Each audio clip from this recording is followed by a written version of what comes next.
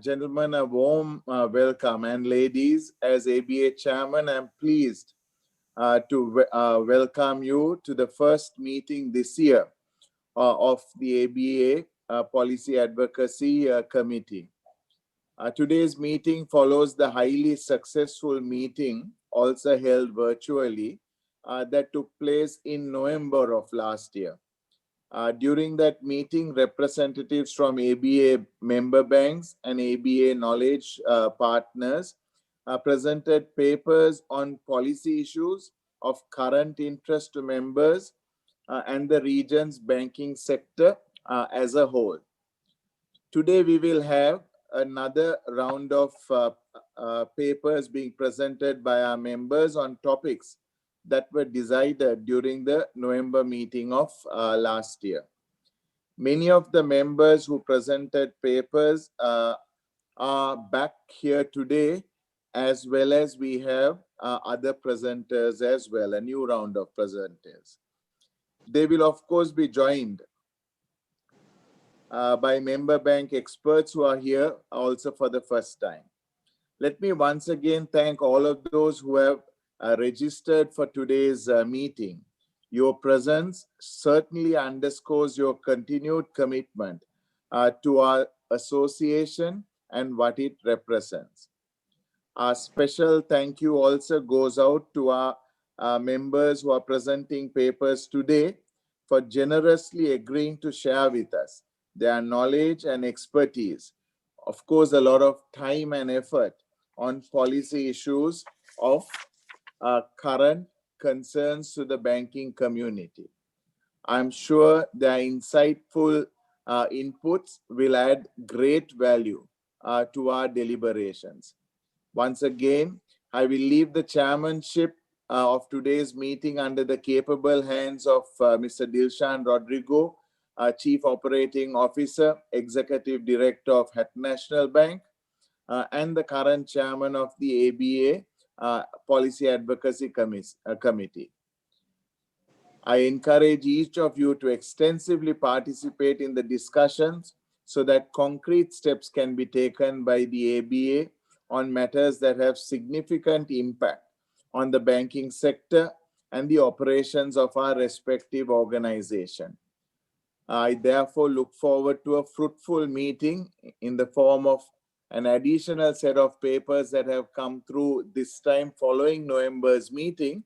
But in addition, if there's any possibility of getting a round of papers just ahead of the conference 6 months from now, that would be an added bonus if we get a new, I'm driving the policy advocacy to the maximum actually, but it's been a great value actually over the years in terms of what the policy advocacy has been and the amount of knowledge sharing in the form of papers and dissemination of knowledge that has happened. So at a time when we are kind of in lockdown and separated from each other, the paper sharing where we can't go to different countries and get further insights, this sharing comes in useful in a big way. So I thank you most sincerely for your time and efforts, and I would leave you all to continue with your papers as well as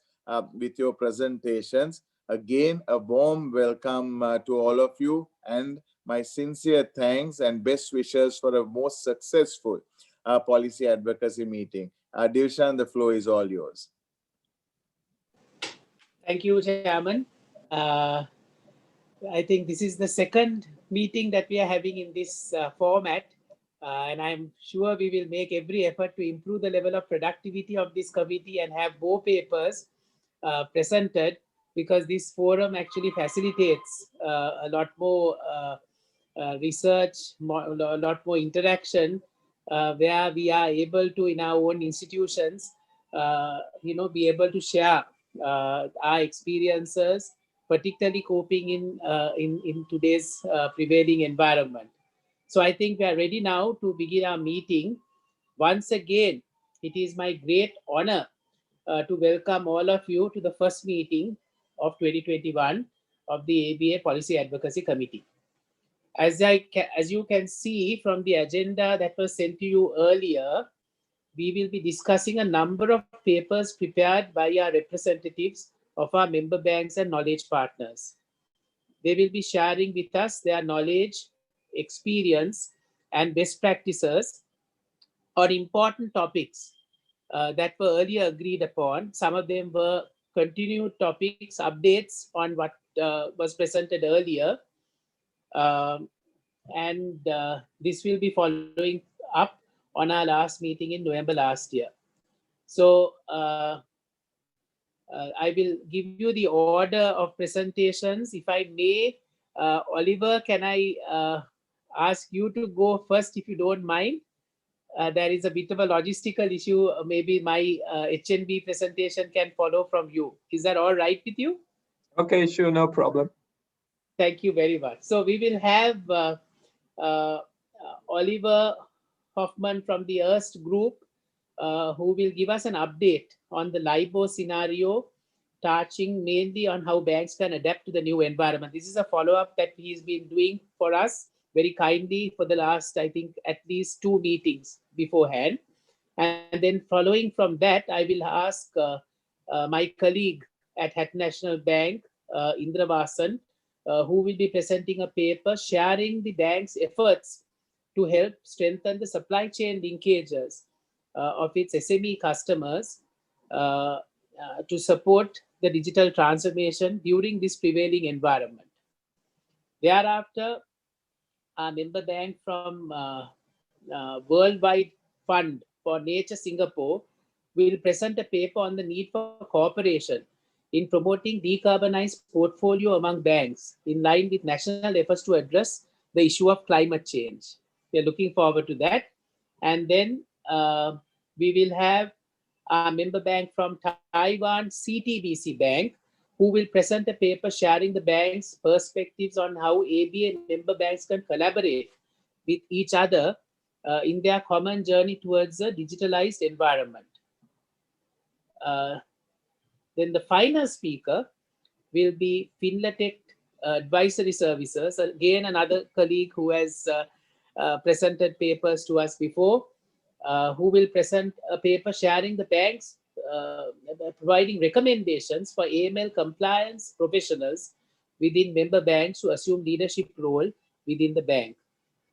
Then, as usual, we will get some thoughts around the table on some of the areas we should be looking at for future policy advocacy work. And as per the chairperson's request, see whether we can get these done within the next 6 months. So what I would like to propose is that we spend maybe between 10 to 12 minutes on the presentation of each paper, if the paper presenters are comfortable with that. And following from that, we will then have a 5 to 6 minutes discussion on each paper before we move on to the next one. I hope that is agreeable to everyone. Oliver, over to you. Thank you. All right. Thank you, Dilshan, and thank you to the ABA for having me again. Let me share my screen with the presentation.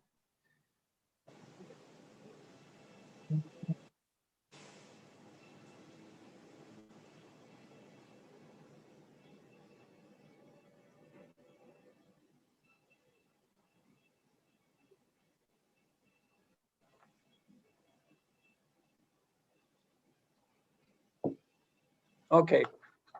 Can you see that, Dilshan? Is that okay? Yeah. Yeah, it's good. All right. Okay.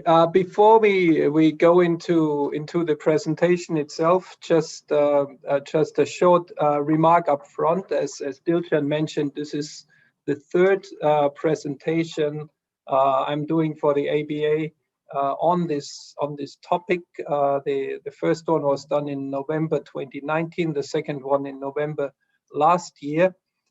I dealt with a range of fundamental issues in these first papers, such as what were the core problems, or what are the core problems with LIBOR? Why is it being replaced? What are the key differences between the various interbank offered rates we have been using until now, and the risk-free rates which we will be using from now on or in the future, or rather, if you want to be very exact, the alternative reference rates, because I think nothing in this world is really risk-free, but the common terminology now is to use RFR for risk-free rates. I also covered in these papers how to use RFRs in cash products, how to do a backward-looking calculation of an average rate based on daily compounding, or how to use the derivatives market to derive a forward-looking rate. So I will not go into all these fundamental issues again. As Dilshan just said, I have 10 minutes or 12 minutes today. That will be just enough for an update. However, I have put at the very end of my presentation, I have put a number of very useful links, so you can access these links and get more details, get the most recent updates on the topics there. There is also a link for RFR calculators, which I think is very useful. Plus, there is a link to a video done by my colleague Neil McLeod.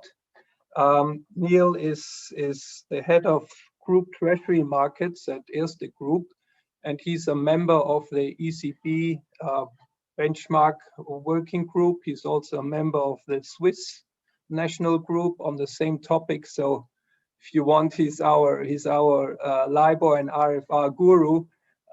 And in that video, he really touches on almost all the main points. It's about 1 hour long. So if you want to have a refresher or familiarize yourself with the topic, do watch that video. I really recommend that. So having said that, we can move on to the presentation. This is a slide I used before. It has been updated in the penultimate column on the term rates. What has changed since we spoke last is that we now have a term rate in pound sterling. It has been tested, it is being published. Actually, all across the board, the development or the business with RFRs is most advanced in pound sterling. I guess it has to do with the fact that the LIBOR problems originated in London, and here the regulator and all the market participants are very engaged or eager to leave the LIBOR period behind and move forward.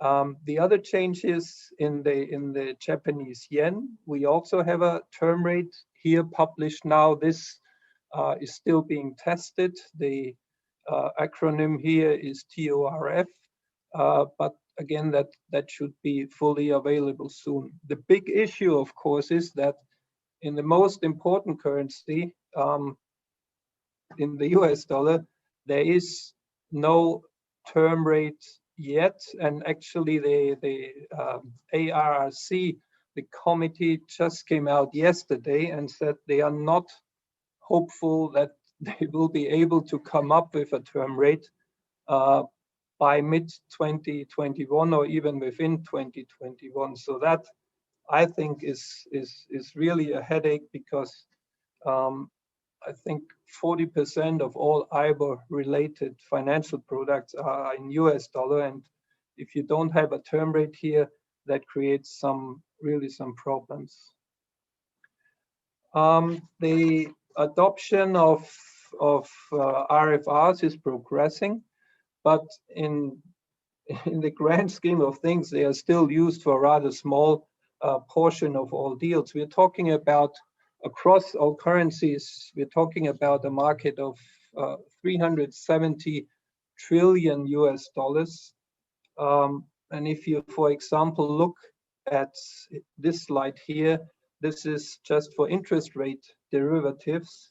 Almost 90% of the business still is linked to the old IBORs, which only have a limited lifetime left. So yes, there are more IFR products and business, but still the portion of the total is still very small. This is a very a very detailed timeline of recent and upcoming milestones, courtesy of UBS. It's a lot of information here. You can study that for yourself. I want to talk about one very important milestone which just happened a few weeks ago, and on 5th of March to be exact. On 5th of March, the Financial Conduct Authority in London issued this announcement. Again, I don't think you can read that here, but I summarize the contents for you. This is a very important announcement, a very important event. Basically, the FCA confirmed in this announcement the end dates for most IBOR settings, which from these dates on will cease to be provided and no longer will be representative. This constitutes a so-called index cessation event under the IBOR fallback supplement and the ISTA 2020 IBOR fallbacks protocol for all 35 LIBOR settings. And very importantly, as a result, with this announcement, the ISTA fallback spread adjustments are fixed as of the date of the announcement, and you can look them up now in Bloomberg, and I'll show them to you on the next slides. So 24 LIBOR settings, which I have listed here, will permanently cease immediately after 31st of December 2021. 2 LIBOR settings will permanently cease after 30th of June 2023. So they decided to grant an extension to 2 US dollar settings.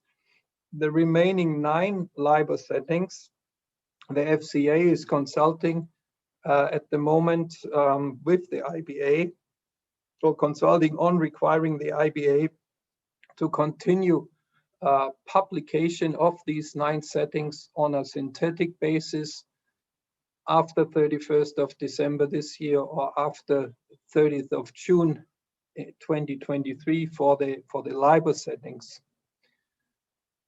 So basically, you can see that as a reprieve, the FCA is granting to the market participants, as a reaction to the extraordinary situation we have due to the coronavirus crisis, but also kind of acknowledging the fact that a very large part of market participants and the market itself simply is not ready yet to move all the existing LIBOR-linked business to an RFR, an alternative reference rate.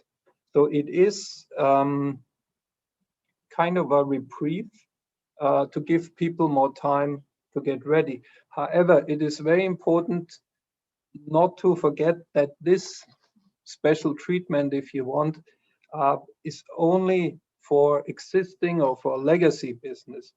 No new LIBOR business should or can be written after 31st of December 2021. That is fixed. That's a hard deadline for new business. And for the existing business, these, if you want to call them synthetic settings, will no longer be really representative of the underlying market and economic reality, and representativeness also will not be restored for them. Okay, so that was again a very important announcement. As I mentioned, the spread adjustments have been fixed now. You can see them here. Again, the concept behind this you can find in my earlier presentations. The basic issue here is that there has to be an adjustment for the credit risk and for the term liquidity risk, which was included in the IBORs, but which is no longer included in the new risk-free rates. The spreads here were calculated using the median of the last 5 years historical spread between the relevant IBOR and term RFR, looking back these 5 years from 5th of March 2021. When the fallback clause in existing LIBOR-linked agreements is triggered, these are the add-ons you will have to apply or add on to the relevant RFR. What you will find is that for almost all RFR, when adding these spread adjustments, you will end up with a slightly higher number than compared to the existing one on IBOR basis.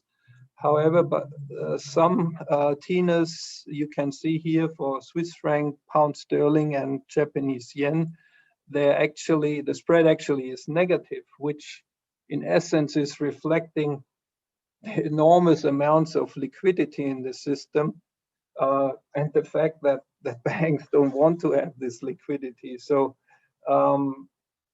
there will be issues in applying these spreads, but at least we now know the numbers that have to be applied. Talking about issues, I just mentioned the spread adjustment that is a bit of a headache. I mean, while you had LIBOR, it was easier for banks to manage their interest rate risks, because higher payments on their assets helped offset the pressure of increased funding costs when rates went up. Replacing LIBOR, for example, with SOFR will likely tighten the already thin margins, and lenders may need more compensation via higher spreads for bearing the risk that the asset yields shrink at the same time when the funding costs rise. The spreads we just saw, of course, that is for the ISDA fallbacks, for ISDA products. So you don't really have exact spreads for cash products yet. There will be a lot of discussion. It is assumed that the ISDA spreads you just saw will be used also for the cash products. That probably is the easiest thing, but it's not a given yet. Another headache, I mentioned that already, is that term rates are not available yet for all currencies, and especially not for the US dollar. That is it is a certain headache. Of course, you can go and use the backward-looking method on all RFRs, but there are consumer protection laws in most countries, and even if the law not explicitly requires a bank to announce an interest rate in advance or when a contract is signed, the understanding is that at least for most retail clients, for most SME clients, they would expect to know when they sign an agreement what will be the interest rate they have to pay, and that's simply without a term rate. That is not possible. With the backward-looking method, you can tell them the interest rate at the end of the interest period, but not at the beginning. And that's again, that will be an issue. It will not be so much an issue, say, for large corporates or institutional investors who can handle that issue on their side. The last another issue we have here is there's increasing regulatory pressure. Regulators across the region here or across the world have stepped up the pressure to ask banks for very detailed information on their LIBOR-linked exposure, on their plans, how to deal with the switch to RFRs. The thing is that even on the regulators' side themselves, there's still a lot of open questions. So to comply with all the requests of the regulators is rather difficult for banks. I put a sample here that HKMA, for example, already last year put out a requirement to all banks in Hong Kong that they should stop doing new business based on LIBOR or other IBORs by June 2021. We just yesterday got a letter, all the banks here in Hong Kong got a letter from the HKMA that this deadline has been suspended. So again, the HKMA also acknowledges that this deadline is very tight or too tight for many banks to meet. So the 30th of June deadline mentioned here is no longer valid, but the hard deadline on 31st of December 2021 for no more new LIBOR business, that is still valid. We're talking about Asian banks here. So if you go to Bloomberg and look for the RFR issuance by Asian banks, this is what you get. The early issues, most of them were out of the New York branches of the banks, but recently we have seen banks issuing out of their head offices here in Asia. Especially a number of Korean banks have come to the market recently with SOFR-linked deals. This is a checklist which already was contained in my previous presentation. I just updated some points here. Again, I'll leave that with you to check. This is, I think, are the core points each bank should go into and make sure they are covered, they are prepared, and that their systems are up to speed to handle these issues. Yeah, and that's it from my side. As I mentioned, here are the links, which again, the most useful I think is the RFR calculators available now. And again, the last one here, the video with Neil, highly recommended. So I'll leave that with you for your personal studies.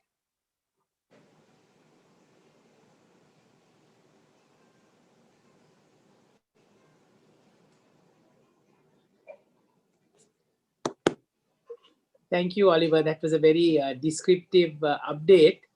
I just posted a note on the to all the participants, mentioning to them that we are open to their questions. I understand we have over 130 logging in at the moment.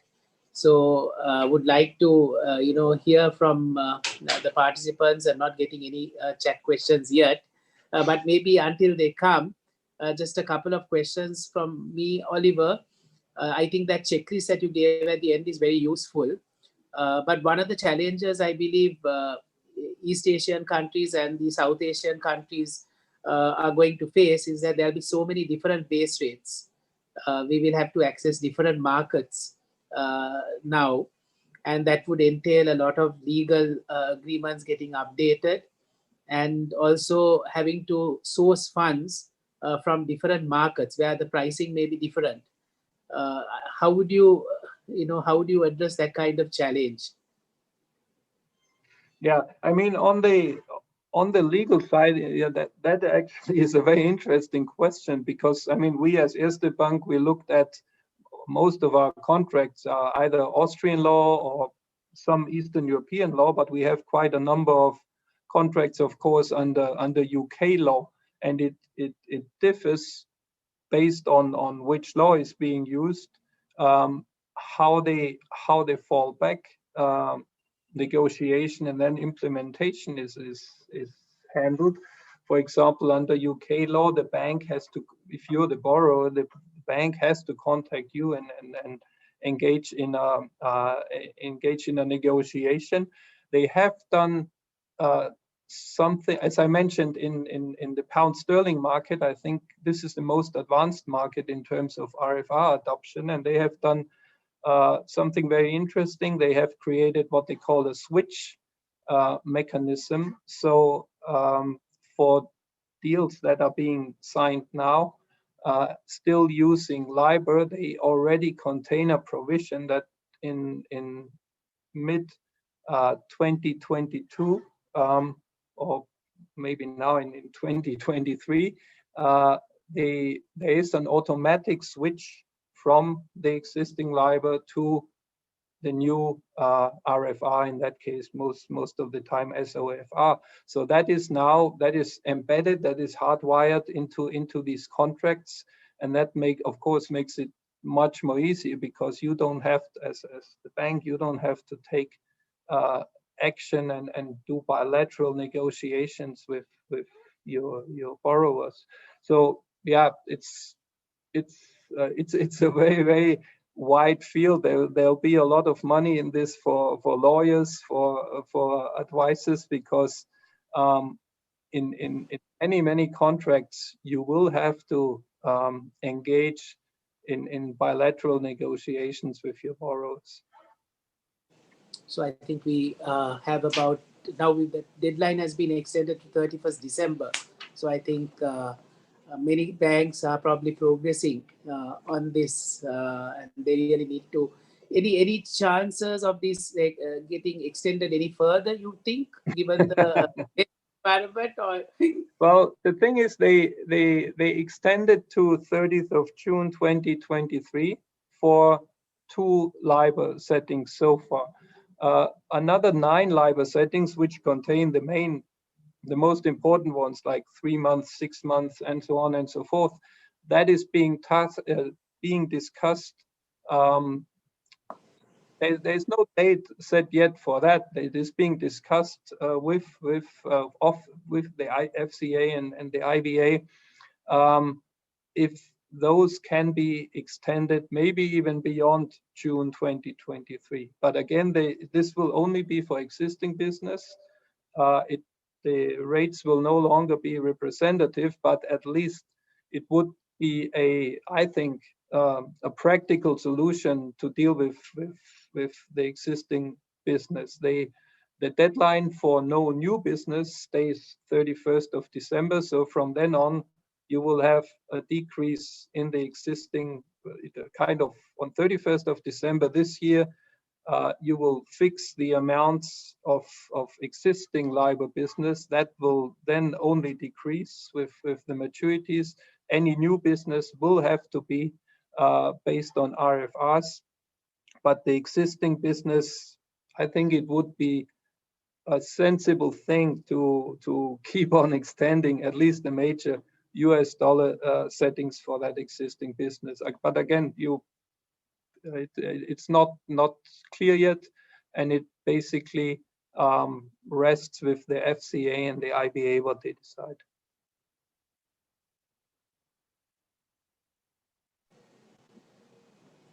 Thank you, Oliver. Are there any other clarifications from the rest of the panelists on this paper that was just presented?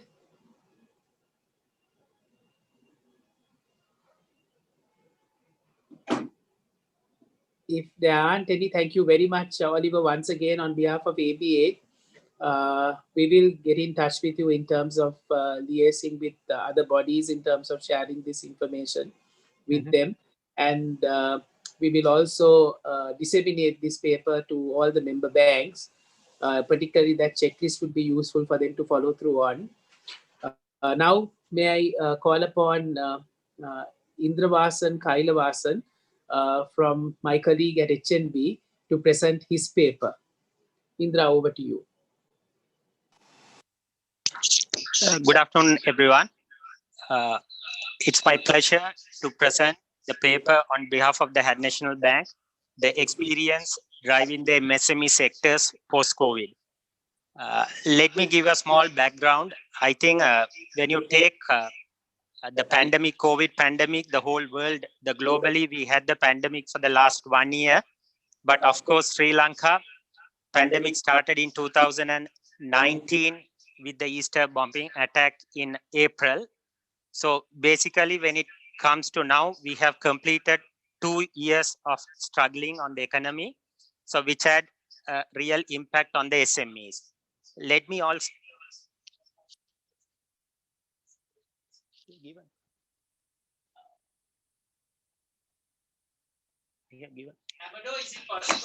Amado, is it possible to project the presentation on the screen?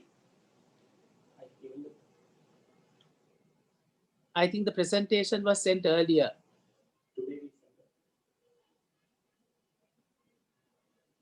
There you go. Thank you.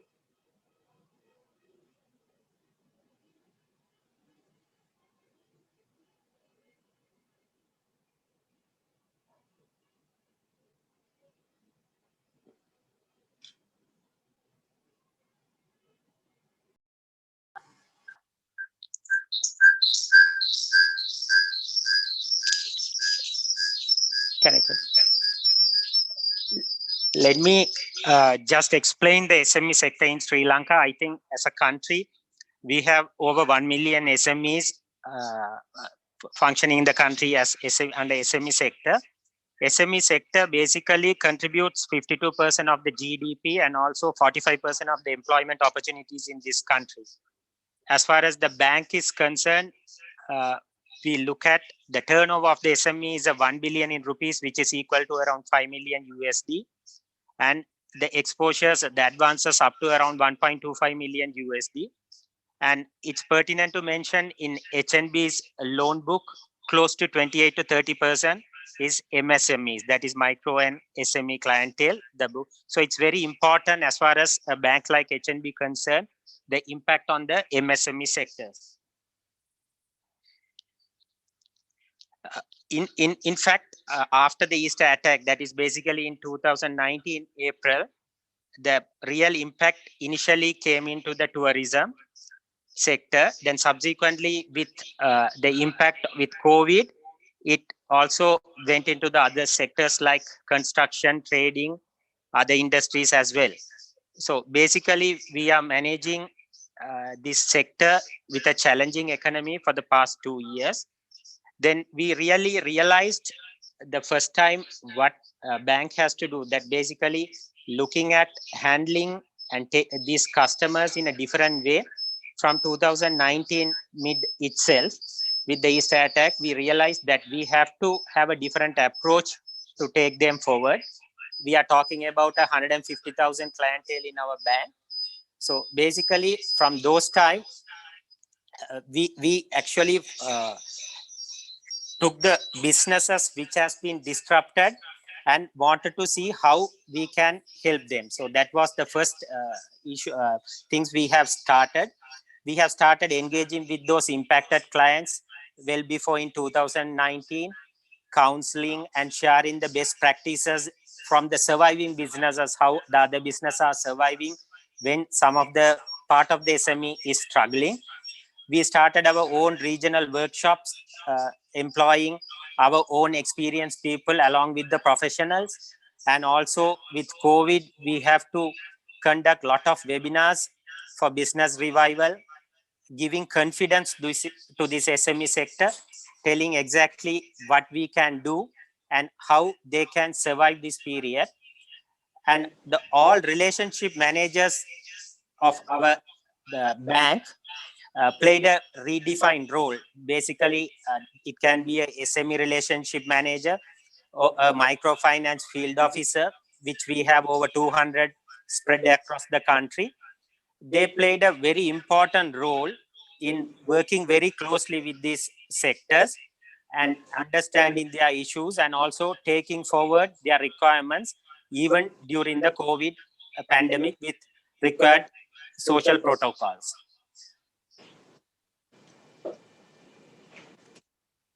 basically during this time, during the COVID, what we understood was the main supply chains has been disrupted. The people, the regular suppliers are not there, the regular buyers are not there. So we understood the importance of creating some direct links.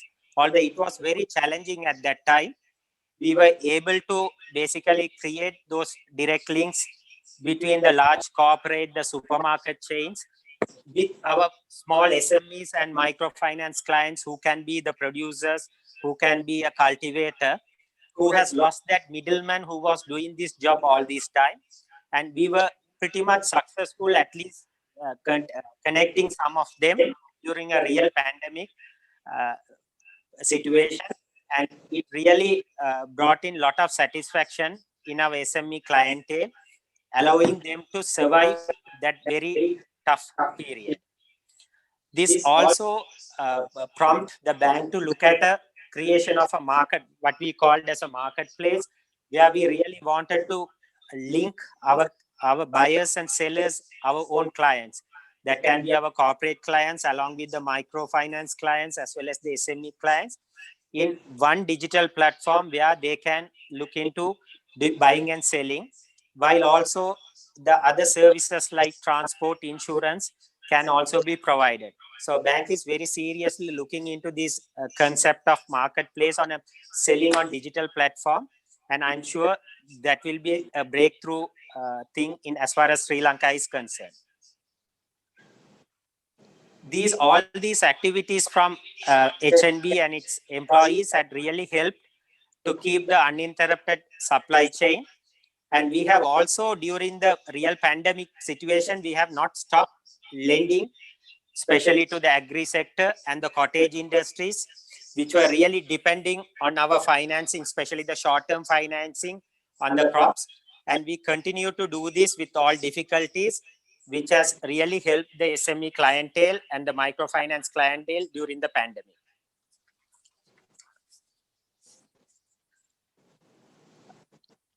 As far as technology is concerned, always it was a challenge in SME and microfinance sector post-COVID for us to always promote digital platforms. It has been always a challenge for the SME clientele to embrace technology. But of course, with the COVID pandemic coming in March 2020, we felt it really helps this sector to embrace technology, and they really moved into technology to certain extent because they really felt the brick and mortar facilities what they are having may not really work for them when the shops has to be closed, cannot be open. So the online sales were the order of the day. The people wanted to get in.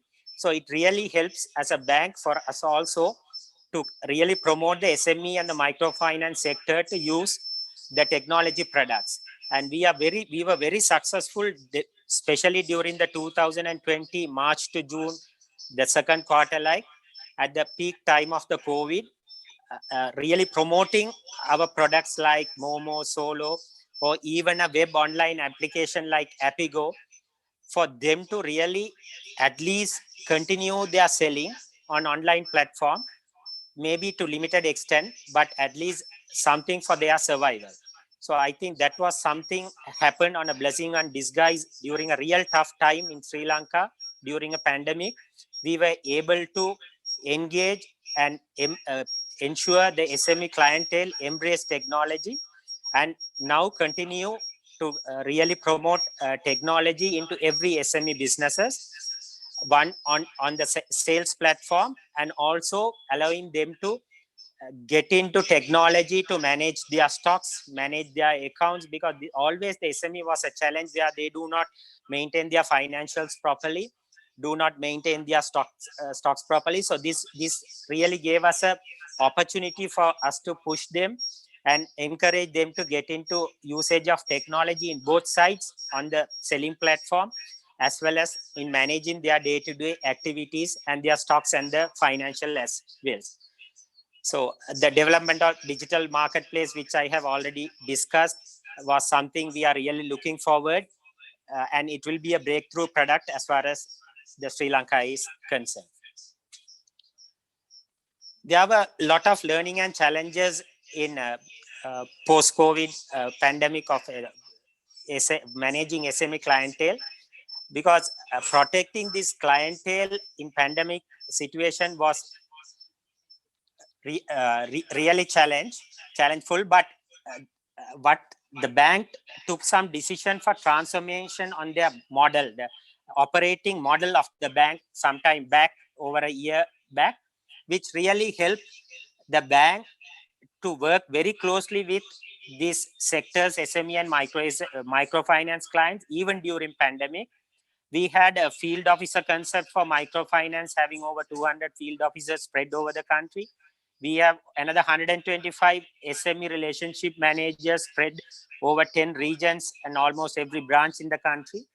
And 250 managers of our network also supported us in the network as their contact point for all these clients. So that really helped us to manage these clients very successfully, nurture them, support them during a real challenging time, and take them, at least helping them to maintain their businesses and move forward. Our frontline marketing and relationship management, the staff has get into a new role of mentoring and guiding role, which has been very successful. And we also used my grant program on our own to support the micro sector of the country, where we selected 200 COVID impacted clientele, and we have distributed grants on our own funding to support this sector, which also really made impact on these customers' day-to-day life. And I'm sure those business will revive and continue to prosper with our support in future. Adapting technology has always been a challenge. Once there is an appetite, a certain sector, but the SME has always been a challenge. And we feel with the pandemic coming in, that it has been a real encouraging for the banks to improve the technology and go forward.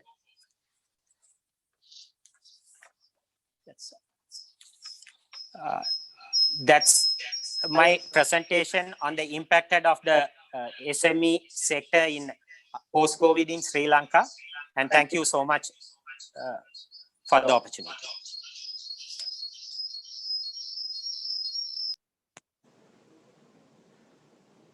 Thank you, Indra, for the presentation. May I now invite comments from the floor?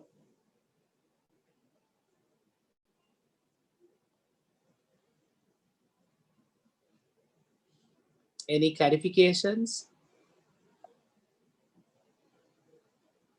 I see someone raising his hand, Sino Ken. Sino Ken, do you have any questions on the presentation that has just been made?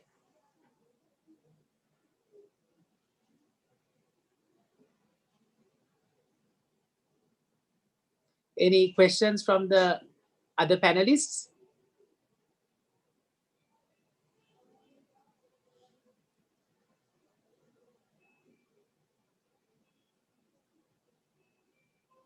If not, once again, thank you, Indra, for your comprehensive presentation.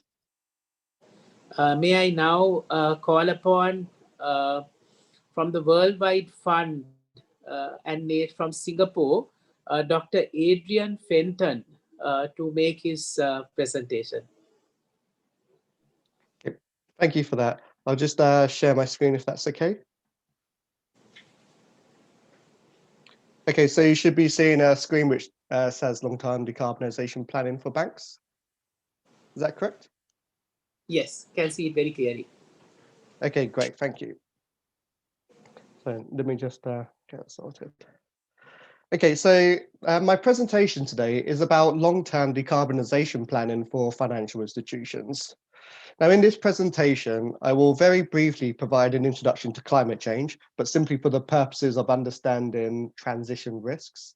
And the most important element of this will be a short discussion of what has been termed the inevitable policy response theory. I'll talk a little bit about evidence for it emerging, and then its implications for long-term strategic planning for banks. Then the presentation will highlight briefly the Science-Based Targets Initiative.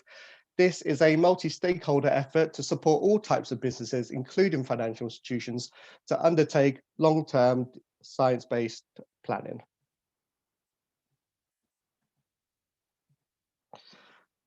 Okay, so to begin, climate change is the identifiable and the persistent change in the Earth's climate.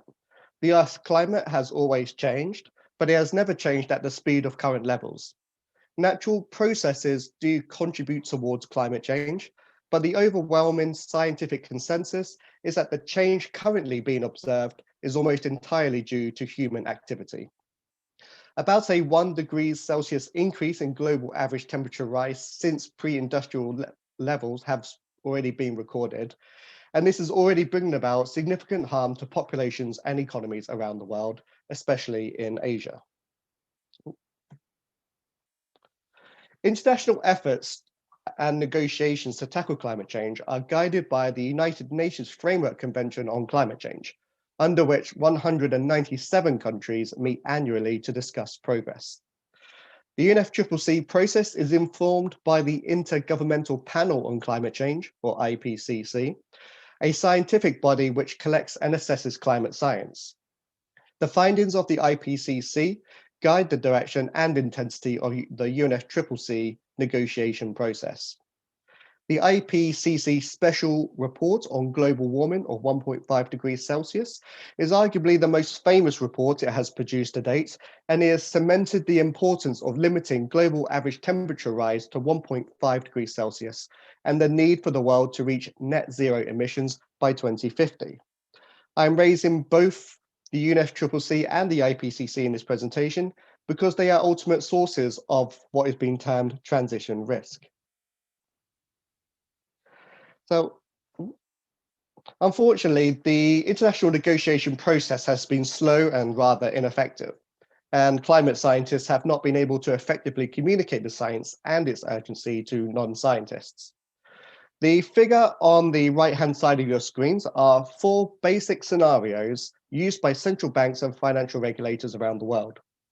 The orderly scenario, or the green box in the lower left-hand corner, was one where economies would transition in a timely manner with minimal disruption. However, decades of inaction mean that this is simply out of the question and is not particularly debated anymore.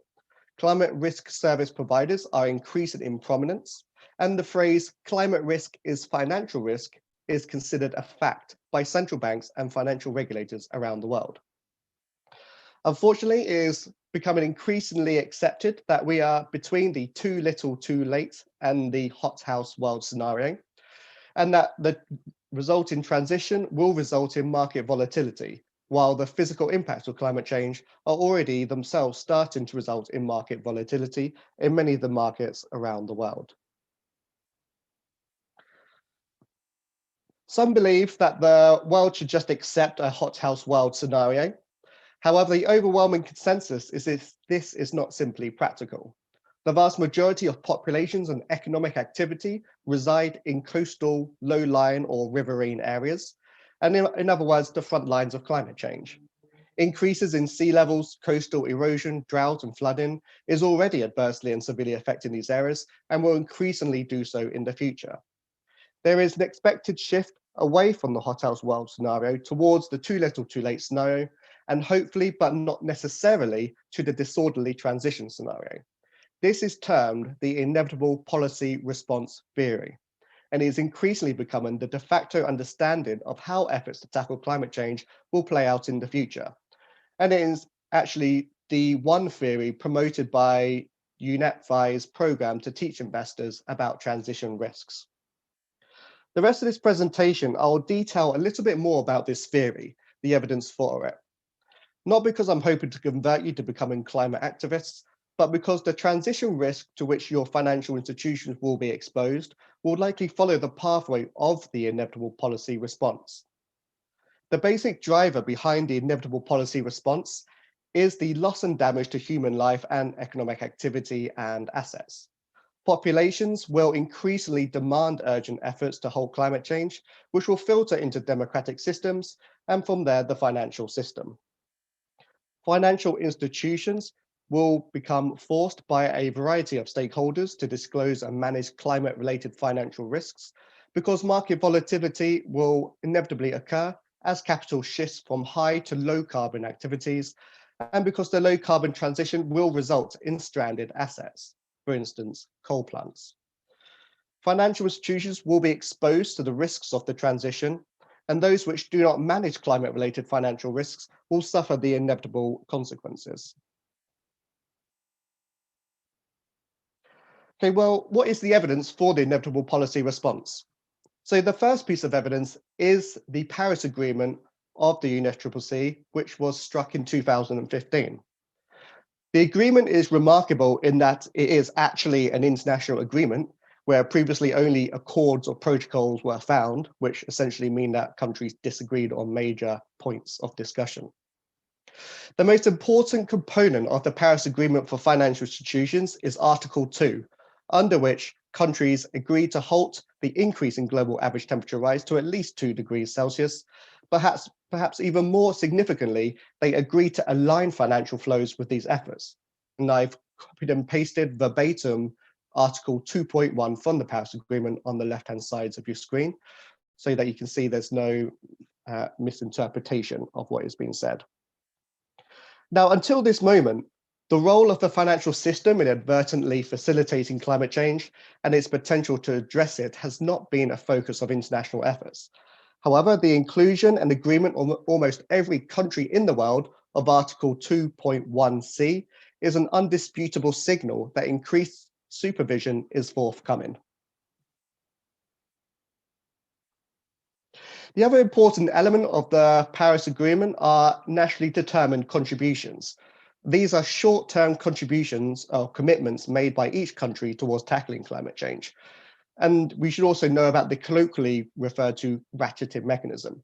This is a regular process through which countries agree to increase commitments until global average temperature rise has been halted to at least 2 degrees Celsius. Now, the changing nature of NDCs create transition risk as decarbonization policies constantly change and get upgraded. And the ratcheting mechanism, which has been agreed by all countries, ensures that they will inevitably rise, and hence an inevitable policy response is forthcoming.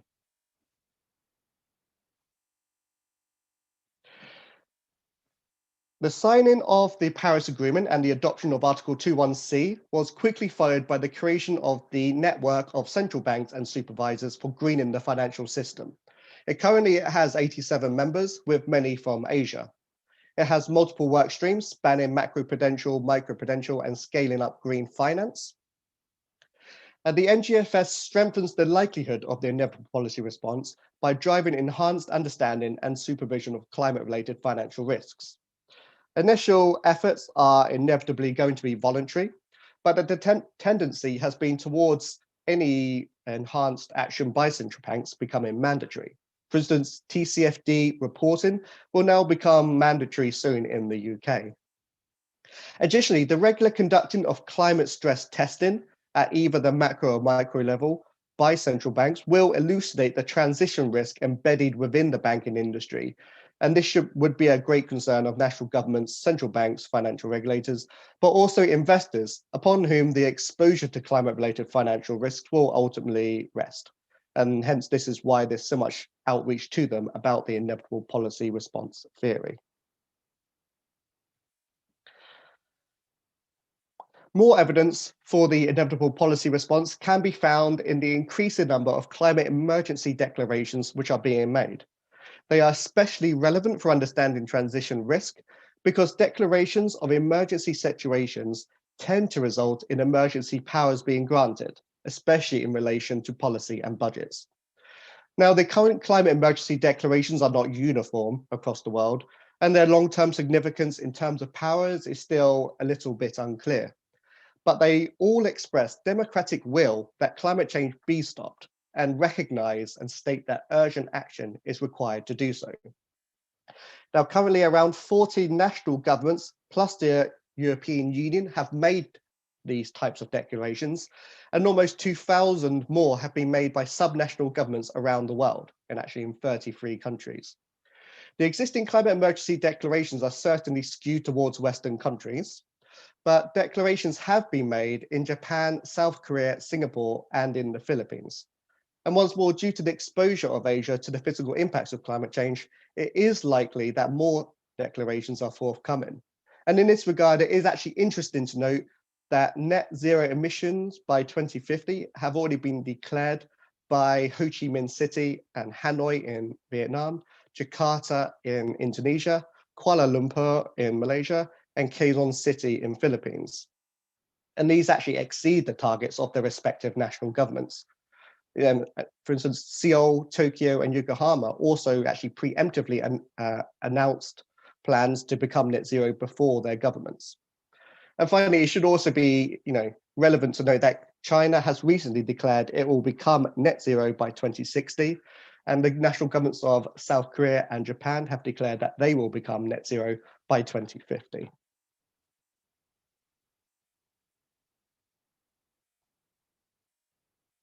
In addition to climate emergency declarations, the world is seeing increasingly more instances of climate legislation and litigation. Some of these have been driven by corporations and some by citizens.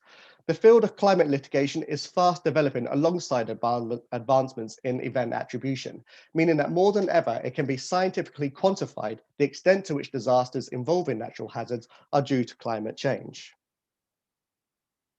And in fact, climate-related financial risks may well soon become part of the legal duty of due care and diligence expected of company directors.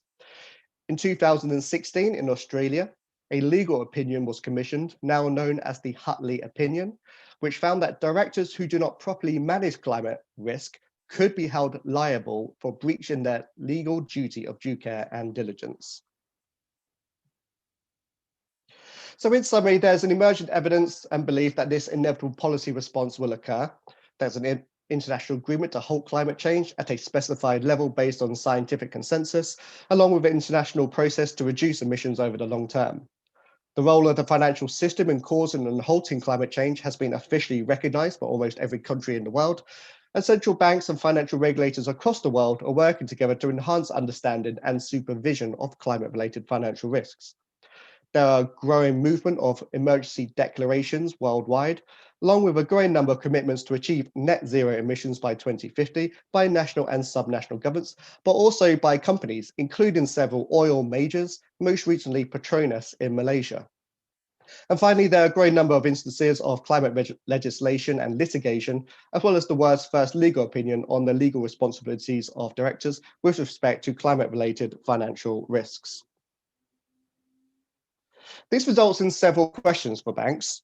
For instance, what should banks do in light of the inevitable policy response? How can banks successfully navigate the market volatility that will inevitably occur as the world transitions towards a low carbon or net zero carbon state? And how can banks take advantage of what will be the next great social economic transformation? And finally, what do stakeholders expect banks to do in light of changing circumstances, especially investors? Well, I would suggest that the answer to all of this is to conduct long-term decarbonisation planning at both organisation and portfolio level. Such planning would not provide definitive answers, but it would elucidate the journey which would need to be undertaken over the long term. And long-term planning based on what can be termed science will help with both short and medium-term plans and provide a stable platform from which rational decisions can be made. And it should be noted that long-term decarbonisation planning is a component part of the standard framework for the disclosure of climate-related financial risk by banks, now colloquially referred to as TCFD reporting, after the task force which developed it. Long-term strategic planning will need to be science-based to facilitate banks to navigate the market volatility arising out of the inevitable policy response. The final destination of the inevitable policy response is the achievement of Article 2 of the Paris Agreement. So consequently, long-term strategic planning should be aligned to this article as much as possible, as well as the science which underpins it. So net zero emissions by 2050 has become a mantra of international negotiations, long-term decarbonisation planning, climate emergency declarations, stakeholder expectations, and the mantra of many global leading corporations. This is because the net zero emissions by 2050 mantra is built upon scientific consensus. And this basically means that total emissions minus the carbon sequestration in economies such as forests must equal zero. If long-term strategic planning is not aligned to this end goal, then it's unlikely to guide banks to make decisions aligned to this end reality and the ability to navigate the market volatility that it will inevitably entail.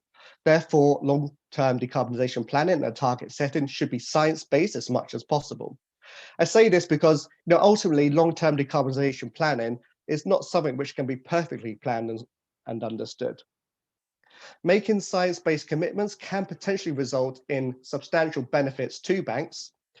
It can build business resilience and competitiveness by increasing emphasis on identification and capitalization on new commercial opportunities created by the low carbon transition. It can drive innovation through client engagement. Utilizing the latest available science, it can also build credibility and reputation. And it can also prepare banks for inevitable shifts in public policy, as those with science-based targets will be better positioned to meet future regulatory and national policy adjustments. And finally, it demonstrates climate leadership itself. Now, there is no single perfect method to establish science-based targets, and all methods suffer from data and methodological issues. And the actual approach used will depend on the asset class. The three main acceptable methods are the sectoral decarbonisation approach, the portfolio coverage approach, and the temperature rating approach. The sectoral decarbonisation approach is the only approach which requires emissions measurements on an asset class level, compared to an engagement-orientated approach focused on portfolios companies' actions to measure and reduce emissions. Now, under the portfolio coverage approach, financial institutions can commit to having a portion of their investees set their own science-based targets, such that the bank itself is on a linear path towards 100% coverage by a certain date, such as 2040. And under the temperature rated approach, financial institutions determine the current temperature rating of their portfolio and then take actions that align their portfolios to long-term temperature goals by engaging portfolio companies to set ambitious targets. Now, the Science Based Targets Initiative is one of the few and most prominent initiatives helping all businesses to conduct long-term decarbonisation planning. The initiative is managed by WWF, CDP, and the World Resources Institute, three of the most important civil society organisations in the world. However, the initiative does have numerous other partners, most notably developers and data service providers, the logos of which are on your screen.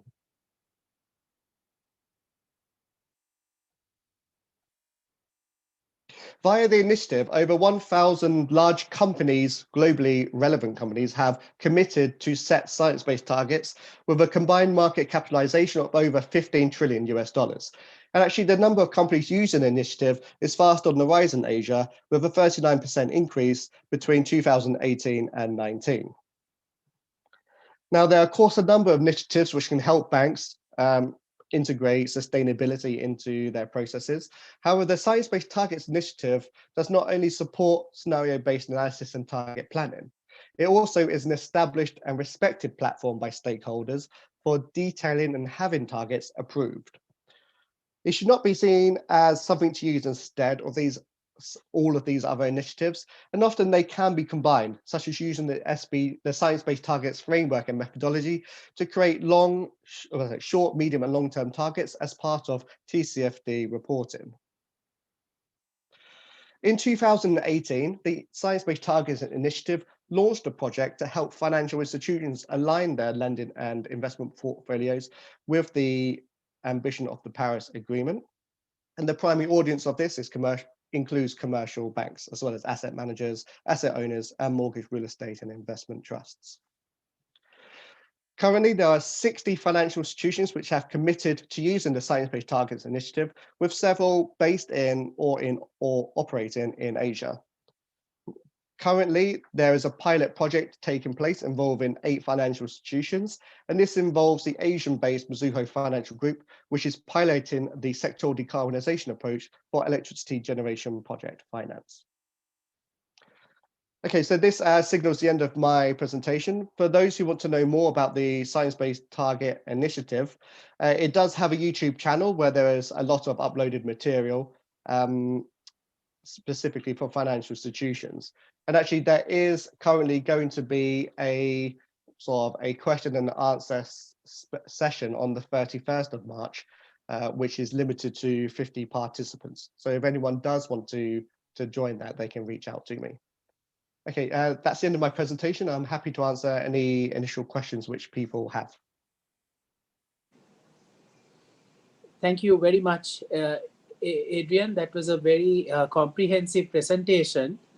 I'm sure there are some questions from the other panelists and the audience to come. I would like to just ask a very quick question. 2020 was really the pandemic year.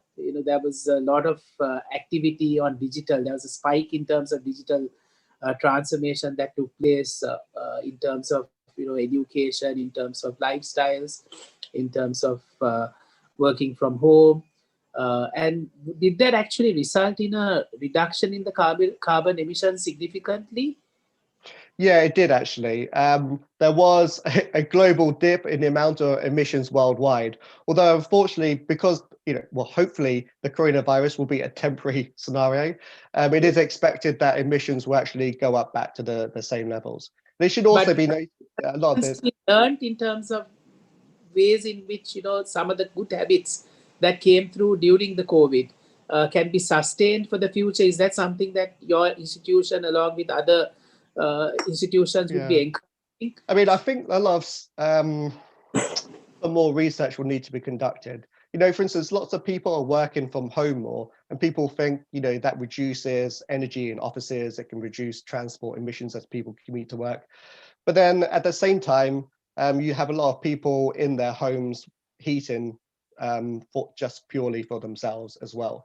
And so I think it's going to be a little bit unclear precisely how this is going to operate. Although it is expected that working from home, if 1 or 2 days per week becomes a more working cultural trait, it should support emissions reductions. But ultimately, it's not going to result in the emissions reductions which we need to achieve the Paris Agreement. What we're really going to expect to see is the types of reductions seen in the coronavirus every year, pretty much for the next 20 years. And so that's quite more significant. It should also be noted that some of the digital technologies out there are also quite carbon intensive. So Bitcoin itself generates as much emissions as the entire country of Argentina. Yeah. that's a startling fact. Adrian, another aspect that if you look at the this whole topic in the last 3 years, there's been a lot of imperatives that have taken place: the emergency declarations, the legal part of it, the net zero declarations. A lot of traction in the last 3 years. But do you feel the level of enforcement and tracking that needs to happen year on year, country by country, big institution by institution, do we have enough teeth to actually ensure that even by 2050, that it's not just a declaration, but actually year on year there is progression being made or progress being made? I mean, I think ultimately that will just simply emerge over time. It's very difficult to make it definitive right now. I mean, what I would say is that regulatory or that enforcement is not the only pressure which exists. If you take a look at the transition risk, which is facing some of the fossil fuel industries, most notably coal-fired power generation plants, a lot of them are becoming at risk of being stranded assets simply because technology is fast evolving. Renewable energy is often cheaper. And I think it's like there's a famous saying that the Stone Age, the Bronze Age, and the Iron Age didn't end because there was a lack of stones, bronze, or iron. They ended because better technologies came about and social economic conditions and needs changed. And I think that's really just simply what we're seeing here with climate change. It's not really some altruistic act. It's some inevitable transformation of our society and the way we live. And banks will be inevitably exposed because banks tend to serve the entire economy. And therefore, they're just simply inevitably exposed to a lot of those risks which occur. And also, I mean, I think the problem for banks is that certain shifts occur rapidly. I mean, no one really expected China to announce it will reach net zero emissions by 2060. And the implication extends well beyond China, because it happens about who supplies goods to the Chinese market. Who do Chinese financial institutions own equity or conduct economic business with? The regions are quite sort of complex, and they tend to happen in a glut, as what happened when South Korea, Japan, and China announced their net zero plans all within the space of 1 year, I believe. Thank you, Adrian. Any questions from the other panelists to Adrian? I've been looking at the chats. We have a very silent audience, so not many questions are coming from the chat yet. I'm still. Can I ask a question to Adrian? I mean, ESG in general is a very big topic, I think, for all banks. Now, in your experience or what you see in your field, is there a marked difference between how responsive banks are to this topic between, say, Asia, Europe, and the US? Or is that too much of a generalization and it's more bank to bank? No, I mean, I think we've seen the desire for enhanced ESG integration much stronger in Europe as opposed to other markets. And I think the development of what is now called the EU taxonomy will have international implications, mostly because the EU taxonomy, which requests companies to track the emissions profile of different asset classes, extends to activities outside of the EU.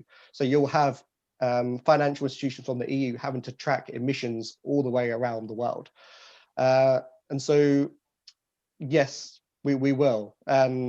China, Japan, and Korea will be another cluster of where we're going to expect to see faster ESG integration.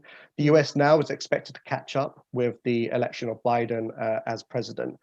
And with those three centers of capital, Europe, US, and the sort of Northeast Asia region, that's going to have global consequences to which no one really has clear answers, but we just know that they're going to be pretty major. Okay. There are two questions that have come in from the chat functions. One is from Atife Becino Macalino. I hope I'm pronouncing it right. As a policy of government, perhaps banks can be regulated to limit lending to entities which are engaged in carbonization, is one. I think it's somewhat similar to the question that Oliver asked in terms of what is the state of play in different parts of the world. Second is that MAS, question from Wolfram Hedrick. MAS just introduced the Environmental Risk Management Guideline. MAS is one of the leading apparel companies in Singapore. What's your expectation about other regulators' actions in the near future? Sorry, go ahead. Yeah, I mean, to the first question, I mean, these types of credit allocation instruments have been used by central banks already with respect to a green transition. Bangladesh, years ago, the central bank requested all banks to have a certain proportion of its portfolio dedicated towards green activities. And that basically links them back to, well, actually, it is a type of policy which central banks can use. The culture right now, I guess the mindset, perhaps I'm trying to say, is that perhaps central banks shouldn't be so interventionist in the economy, because you could well create bubbles within the economy because of artificial inflation of the values. But as pressure builds, you might well see more central banks seeing credit allocation instruments as being increasingly valid as a tool. I mean, to answer there about the MAS and the Environmental Risk Management Guidelines, I'm actually conducting some research which will support the NGFS work by the Inspire research. We're assessing the types of regulations and guidelines being introduced across Asia, and also the perspectives of banks of how effective they've been. I mean, I expect the initial efforts by central banks or financial regulators to be voluntary and to be something like environmental risk management guidelines. Not because they think that these types of voluntary instruments are necessary, or what's the better word to say, that they will achieve their goals, but it sets out a policy signal to the financial system that more supervision is forthcoming, and that we should be getting used to these fairly introductory level forms of supervision, because more advanced forms are going to be coming in the future. So for me, it's a signal to jump before you're going to be pushed in many respects. Thank you, Obviously, Adrian. I simplify the dynamics a lot there. Thank you so much. I think we took a little bit more time on your presentation. So I would like to move on to the others. Just want to mention to you that your presentation has been noted and endorsed by the committee. We will let you know what future action we plan to proceed with your presentation in terms of sharing it with other institutions as partner organizations of ABA. So from Singapore, we now move to Taiwan. Would like to welcome Mr. Freeman Wang, who is the EVP for Finance and Technology Development Center at the Cdbc Bank, Taiwan. Welcome, Freeman. Would you like to take us through your paper? Thank you, Dilshan.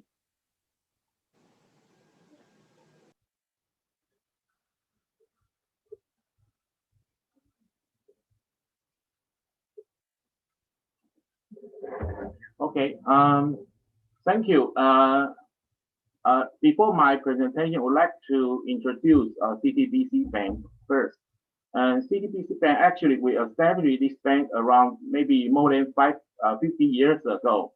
And during the last 50 years, actually, this bank, we grew from a very small bank to the most profitable bank in Taiwan. And basically, in the last 50 years, we catch every time, whenever the industry, we got new chance or a new revolution, we got the right timing and we do the right job, so that actually we grow this bank very significantly if we compare with the last 50 years. Let me take some example.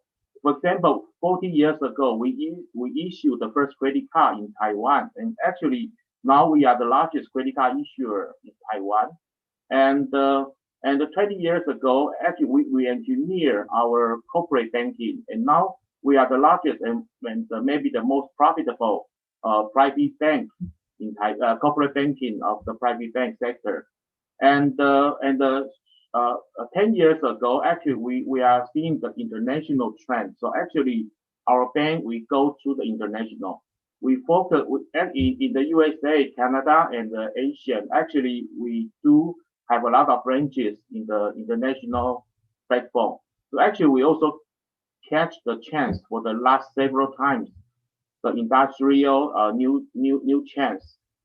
And this time, I think technology and digital is identified as our next major growth factors. So here I would like to present what has been happening in Cdbc Bank during the last 3 years.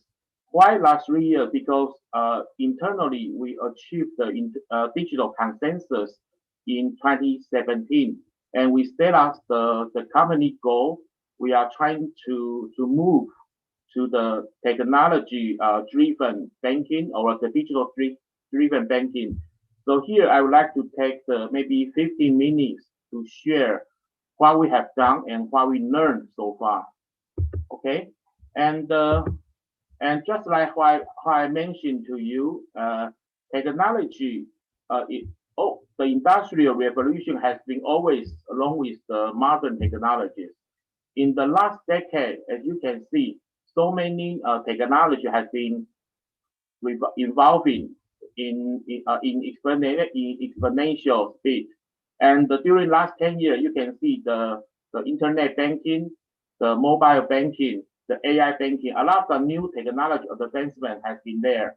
So how we can leverage the technology advancement speed to speed up our digital transformation has been very key if we want to be very successful for this new chance. And I think the COVID-19 is a very good point because COVID-19, after the COVID-19, you can see the digital transformation is no longer a choice for the bank to operate better, but the key to survive. I just raised some figures from McKinsey. You can see after post-COVID, you can see the digital adoption by industry. If we look at the banking sector, actually now almost 73% of the customer, they will use the digital tools. We see the 73%, actually 21 is the first time user. Actually, that is very significant increase during maybe just 6 months or 1 year. So also you can see same trend across all the industry, like the online grocery and online entertainment. So now, if that is the trend in the from the bank perspective, we must move to the right trend.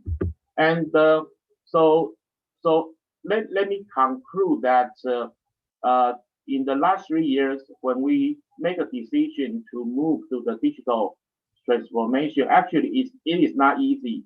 And I think it is very tough. I just conclude several challenges. I think the first of all is the strategy roadmap of the company. Every bank must define the strategy roadmap, but actually, you can see on the slides, if we invest on the traditional finance, actually the CI ratio, the return is quite linear, and maybe it is much better than the fintech investment. So many senior bankers actually they do hesitate to invest because they cannot see the return in the short term. So if the resource and it is limited, so how we can really invest to change the bank in addition to the run the bank is quite critical. So just because we got the we can do some investment on the fintech. So as long as the timing evolving, actually we can see the fintech the investment will return in some period of time. In Taiwan, the COVID-19 is very good time point. We see how the fintech investment can really repay at the COVID. Okay, so from the strategy roadmap of the company, I think we need to define how we can really run the bank and the change at the same time. From Cdbc bank perspective, actually we are trying to do, first of all, we have independent we establish independent organization which is to focus to drive the fintech digital transformation. However, we also have a matrix reporting to the traditional department so that from the Center of Excellence, COE, or the traditional department, actually we can work together. And whenever we do the fintech investment, we do understand actually it will not return very fast, but we do need to have some patience, and we need to do the step-by-step investment and examine whether it is smart enough for this such kind of investment. And you can see it from another chart. Actually, I think it is very critical because all the industry is not just only for the financial service industry. Every industry actually they go online, they go digital already. So actually, because all our customers they are educated by all the industry. So from financial service perspective, we need to make our very hard decision to really to do our digital transformation. So I think the first thing is whether we can have a very clear strategy roadmap of the company, and we can understand what does this mean to us in the long-term perspective. And the second point is the legacy burden. And like Cdbc, we are a big bank in Taiwan. So every business line, every department, actually, we do have a lot of the silo effect. However, if we want to do the transformation, we need to co-work. We need to have some horizontal communications so that we can link all the departments together. It is very difficult in the reality because every department actually they do have their MBO, they do have their traditional goal to achieve. So how we can really integrate all the departments together is very critical of organization issue. And at the same time, I think not just for the organization legacy burden, and from our system perspective, actually, our system infrastructure is also very. I think we need to also change our outdated system because our current system actually we cannot really match the new industry, which such like the real-time banking, such like the hyper personalization, something like that. So when we do the change the bank, we need to change our system infrastructure at the same time. So actually, like this does give us a lot of the pressure when we solve this problem. And the last thing is the talents. In Cdbc, actually, traditionally, we do not really hire a lot of talents with technology background. But from 3 years ago, we do hire a lot of data scientists. We do hire a lot of the talents from the technology industry. However, such talents, they do have different minds. How can we really integrate the different kinds of talent into together is very critical. For example, in our bank, actually, our human resource department, they just issue a new dress code policy. Traditionally, actually, our bankers, we used to have a very traditional, well suit, okay? But from 2 years ago, Cdbc, our staff, we can wear the t-shirt, we can wear the jeans, something like that, so that we are trying to create a more flexible and young culture, so that such kind of talent can really integrate into our traditional environment. So actually, during the last 3 years, these three internal challenges actually play a very critical role, whether we can really successfully do the digital transformation. And from external thing, you can see actually we do have a lot of fintechs that are around us, and as per our experience, we found whenever the bank we can adopt the fintech technology first, actually our cost structure will be much lower than the traditional players. In this chart, you can see it's almost half of the cost. Okay, if we are the cost leader digital banks. In the reality in Taiwan, we do some tests. But let me take credit card application for example. If we can go to digital, actually the cost will just have maybe 5% of the original traditional approach.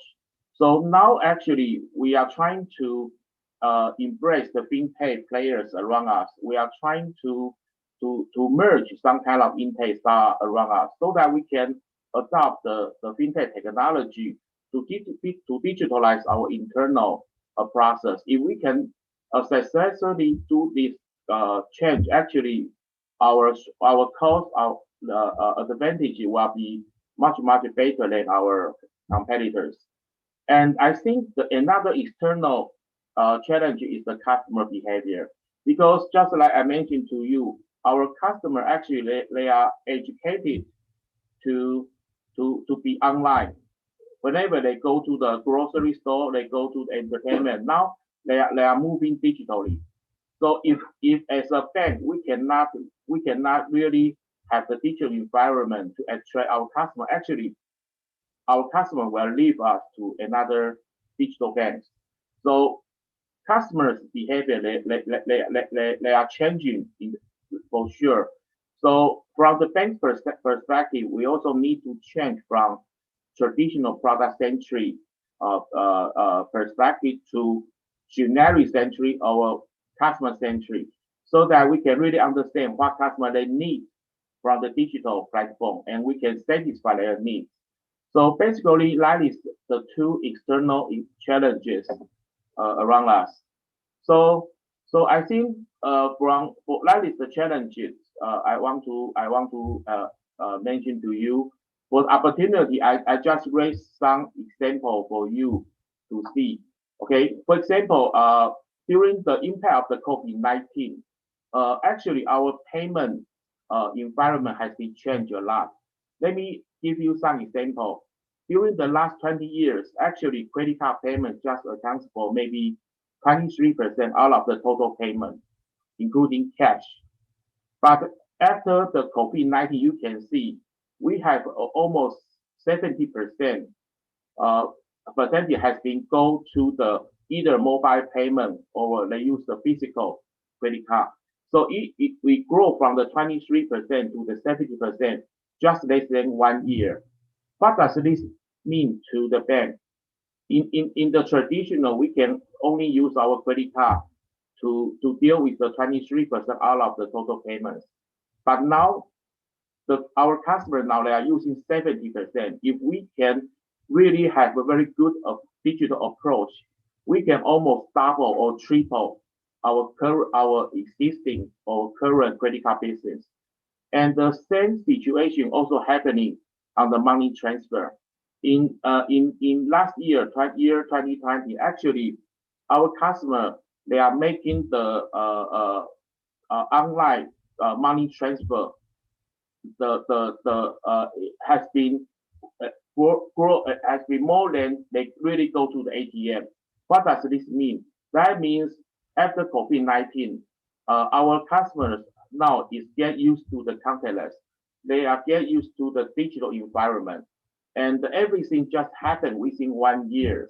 So if we can really leverage such kind of the industrial change, we can almost double or triple our current business. And we also do some survey on our Cdbc customers, and we do found actually after COVID-19 now almost 70% of our customers they use digital financial service at least once a week. Actually, that is also grow a lot if we compare with pre-COVID-19.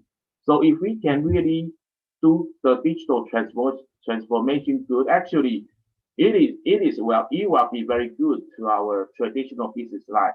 However, if we cannot really leverage such kind of opportunity, maybe all the mobile payment, all the digital online as financial service will be stolen by the competitor or the fintech companies. I think that is opportunity one I want to mention to you.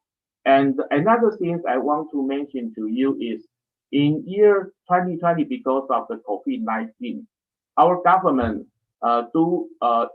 issue official bailout program, and the Cdbc actually, because we do invest a lot on the digital process, we do have like such as RPA or the intelligent engine. So actually, we get the 26% of total Taiwan individual bailout loan was taken by us.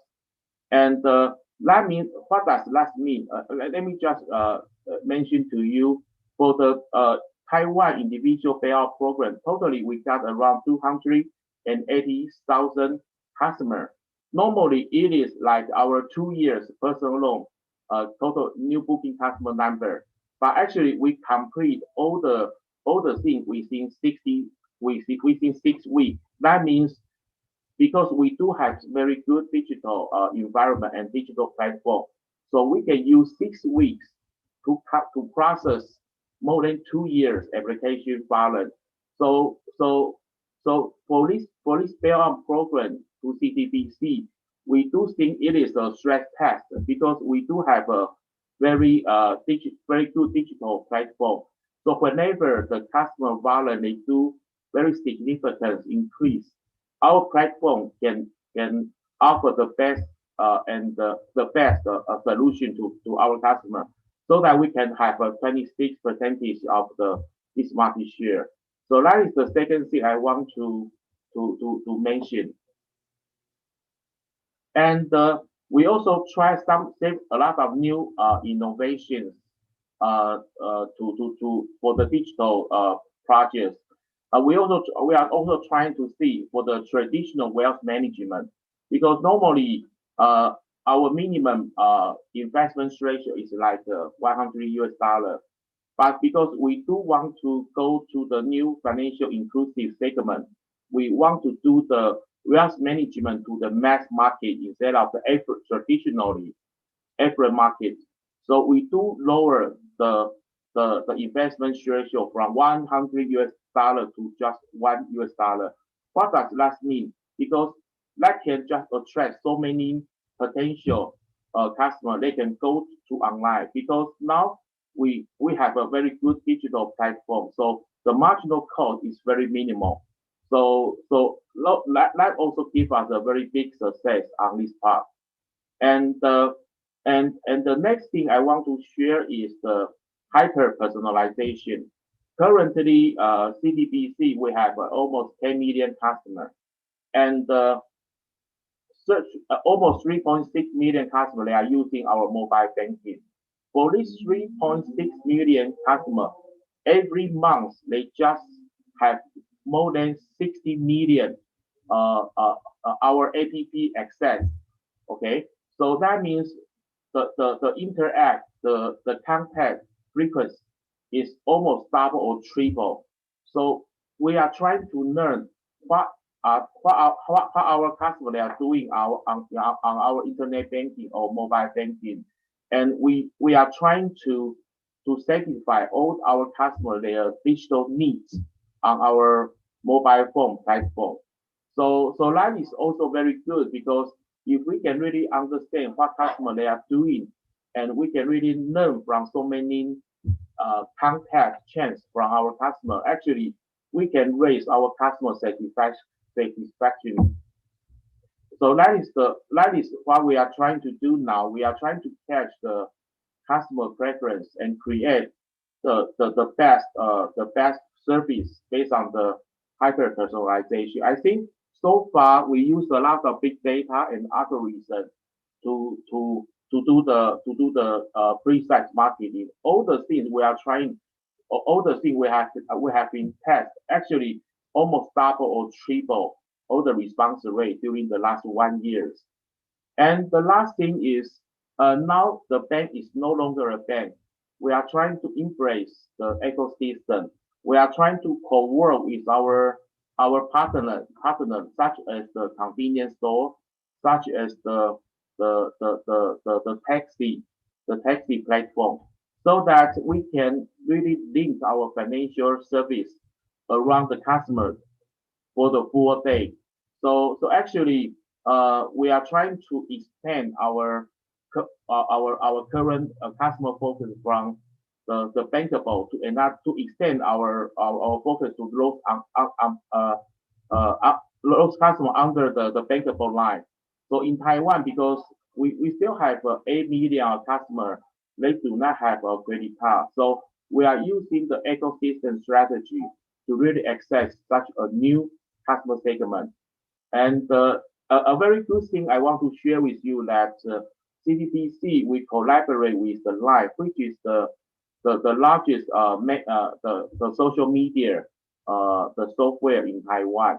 We whenever customer they spend the 100 NT dollars, we can give them $1 the points. And so far we have accumulated almost 10 billion points. Each point is just like $1, so that our customer can use this point to redeem all the things they want under the ecosystem platform. And that is also very successful in Taiwan practice. So actually, I just want to say that in Taiwan, we are now in the very critical moment that all the banks are going to the digital transformation. And if we can invest earlier, if we can do the things be more efficient, actually we can even further enhance our management efficiency, so that for Cdbc, the digital trend or the technology trend actually is positive to us. We are trying to leverage this new trend to help us to move on the next 50 years. I think basically that is my presentation today.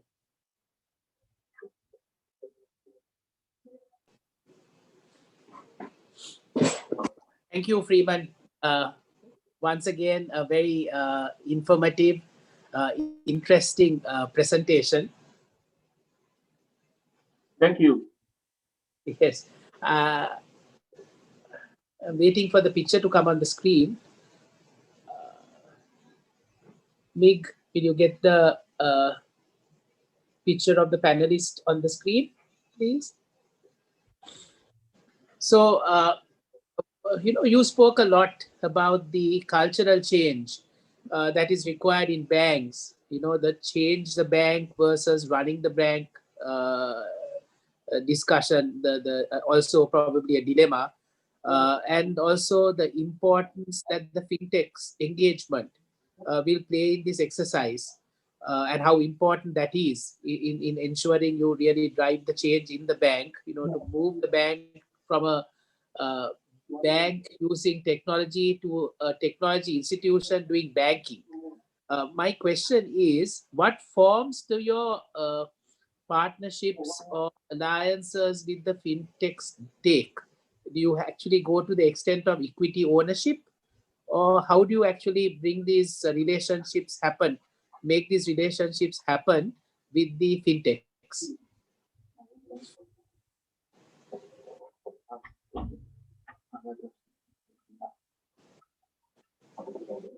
Was my question clear, Freeman? Sorry, can you please repeat again? I cannot hear clearly.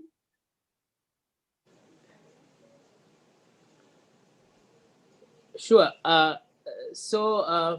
Freeman, let me just see whether I can get the camera into.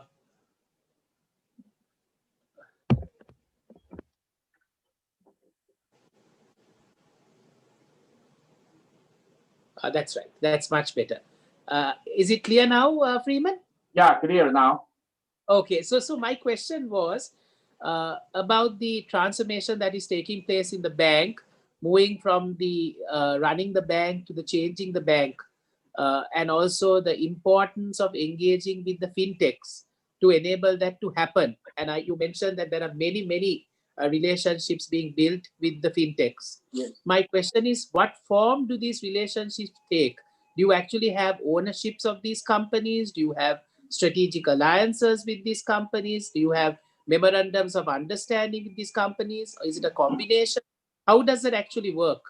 Okay, I think that is a combination. We have several fintech co-work strategy. Let me take some example. We have a fintech investment center.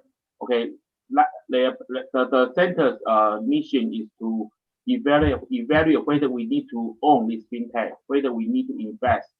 So if we found for some fintech they are worthy to invest, we will buy the ownership. That is for sure. Secondly, we also have internal labs. We do tie up with our external fintech, and we also co-work with them. Use the project format. Okay, we do have a lot of projects. We just link between internal talent and the fintech talent. So we use the project format to integrate the talents from each side, and from our we also will use some venture capital. Okay, if we do find this fintech is worthy to our other subsidiaries, we will buy that and we will share all the technology from this fintech company to our all the subsidiary companies. So I think the co-work strategy is we have many co-work strategy. It just depends on which one is more efficient. Thank you, Freeman. Any questions from the other panelists to Freeman?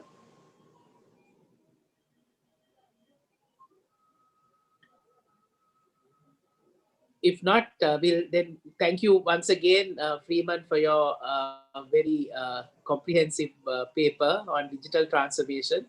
It is noted and endorsed by the ABA. I would also like to, before we move on to the last presentation by Shirish Pathak of Finlatech, just want to ask all the panelists to think about some of the areas we should be looking at for future policy advocacy work. Soon after Shirish's presentation, we will have a short discussion before we close. Some of these could be actually follow-ups on some of the papers that have been already presented, and some could be actually new that are topical in today's context. So then let's then move on to Shirish. From Shirish, of course, again, is no stranger to ABA. Met him very often at conferences in the past. He represents Finlatech Advisory Services, expert on AML, KYC, training and guidance. Over to you, Shirish. Thanks, Dilshan. Thank you very much. Just give me a second while I try to share screen.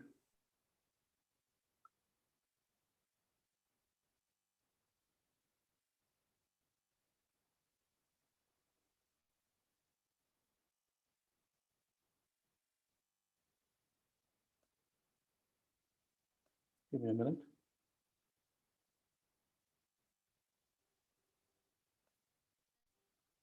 Are you able to see this, Dilshan?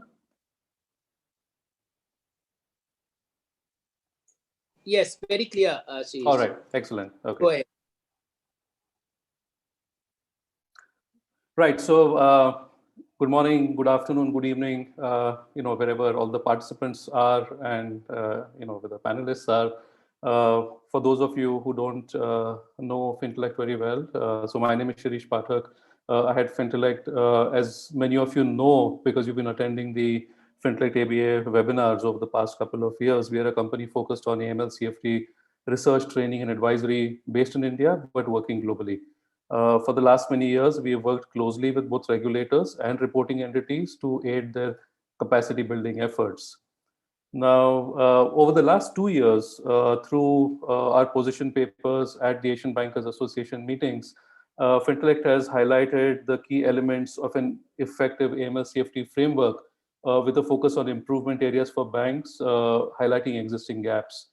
We have also provided strategic recommendations for the banking industry in the interest of contributing to a stronger AML CFT compliance regime in the region. I have very fond memories of attending the ABA meetings in the Philippines and in the Maldives for these policy advocacy meetings during the annual general meetings of ABA. And I hope that the next time we meet, it will be face to face. I think we missed visiting Sri Lanka for the last meeting. Hopefully this time we can make that happen. So over the last 1 year, the pandemic and resultant disruption to the global economy has presented new challenges to the AML compliance teams within banks in terms of operational difficulties, especially in AML monitoring and reporting, emergence of new threats and vulnerabilities, and in many cases, cost and budgetary pressures. Now, at the start of the pandemic, several regulators took a lenient approach towards banks, making allowances for delays in reporting and supervision. But increasingly, the regulatory expectation from banks is to continue to track new and emerging typologies and keep up the monitoring and reporting rigor. So AML compliance departments are also expected to play a crucial role in maintaining business continuity and protecting the institution from threats posed by COVID and otherwise.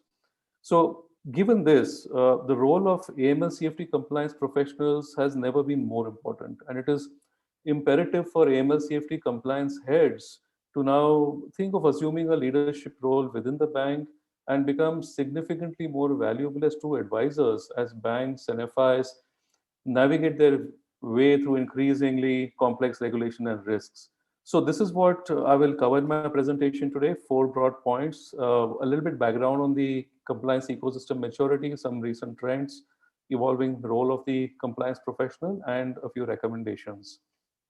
So before we actually get into the role of compliance officers, I thought it would be good to provide some background perspective to put it all in context. So the FATF, or the Financial Action Task Force, which is the intergovernmental policymaking body whose objective it is to set standards and promote effective implementation of legal, regulatory, and operational measures for AML CFT, has laid down the 40 recommendations, which I think most of us know, which are in turn enforced by country regulators. And the FATF also identifies jurisdictions with weak measures with respect to AML CFT and publicly lists countries with weak regimes. And lately, there has been a lot of debate about the FATF approach, and this is being acknowledged by the FATF itself as well around the mutual evaluation methodology. And there is also increasing dialogue within many countries as to whether the FATF process and approach of ranking or evaluation is democratic or not. And this is especially felt in countries that may not have access to resources that are required, such as access to technical expertise, internal capability, or spending capacity. And when it comes to actual compliance maturity evolution within a country, each sector has evolved at a different pace. For example, the large multinational banks and insurance companies, the large national private sector banks and insurers have really leapfrogged in terms of AML CFT compliance evolution. But certain types of institutions, such as smaller public sector banks or cooperative banks, small insurance companies, the non-banking financial institutions, brokers, or the designated non-finance business and professions have actually not kept pace in many countries. So if one looks at it from a macro perspective, there has definitely been an upswing over the last many years. But at a micro level, one can still see plenty of issues, and each country is only as strong as its weakest bank or institution. So I thought I'll quickly run you through some of the recent global trends in AML CFT, which which compliance officers need to know and focus on.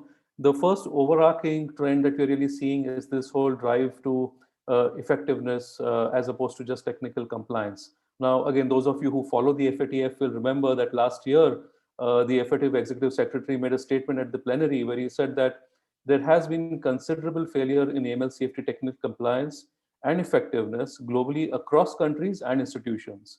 And it appears clear from his statement that all parties involved, whether it is government, regulators, supervisors, law enforcement, judiciary, or banks and other reporting entities, all have a long way to go on the path of improvement. Therefore, for the global compliance ecosystem and in turn for global compliance teams and officers, there is a lot of work to be done. The move to a risk-based approach is definitely being spoken about a lot, and we are also seeing regulators in many countries within Asia clamping down on reporting entities and mandating enterprise-wide AML CFT risk assessments. Beneficial ownership, TBML, terrorism. In the recent past, as many countries try to weed out corruption, we have actually seen a higher focus on beneficial ownership norms. There is a high level of scrutiny on trade transactions, and we are also witnessing a rise in public-private partnerships, more cooperation and coordination between various stakeholders, such as the police, customs, income tax, enforcement departments, and the financial services industry. Also, the fight against trafficking, whether it is human trafficking, wildlife trafficking, or organ trafficking, this is intensifying. And while the problem is still huge, I think now there seems to be more cognizance within the banking sector to figure out ways to identify transactions and parties involved in this. Obviously, cyber fraud and other types of fraud schemes have witnessed a huge upswing during the pandemic. I spoke a bit about PPPs, but we are seeing more traction in these financial intelligence or information sharing partnerships, which allow regularly convened public-private dialogue on financial crime threats towards building a common understanding of risks and threats affecting the national AML CFT system. Now, some of these could be strategic, which are aimed at the exchange of aggregate strategic information, or operational, which are aimed at advancing concrete investigations through the exchange of operational information. Now, these programs are usually aimed to be goal-oriented on priorities, create mutual value for all partners, and complement the existing suspicious transaction reporting regime in a particular country. Now, at a tactical level, also more recently, because of the pandemic, there has been an increased trend of moving to non-face-to-face KYC.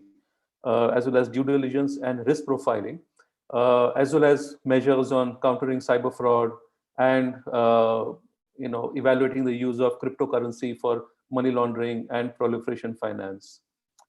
On the regulatory side, quality of reporting is seeing a tremendous focus, and FIUs or financial intelligence units are laying a significant emphasis on this, especially as they themselves come under pressure from the government and law enforcement agencies, and are in some cases actually being audited for effectiveness.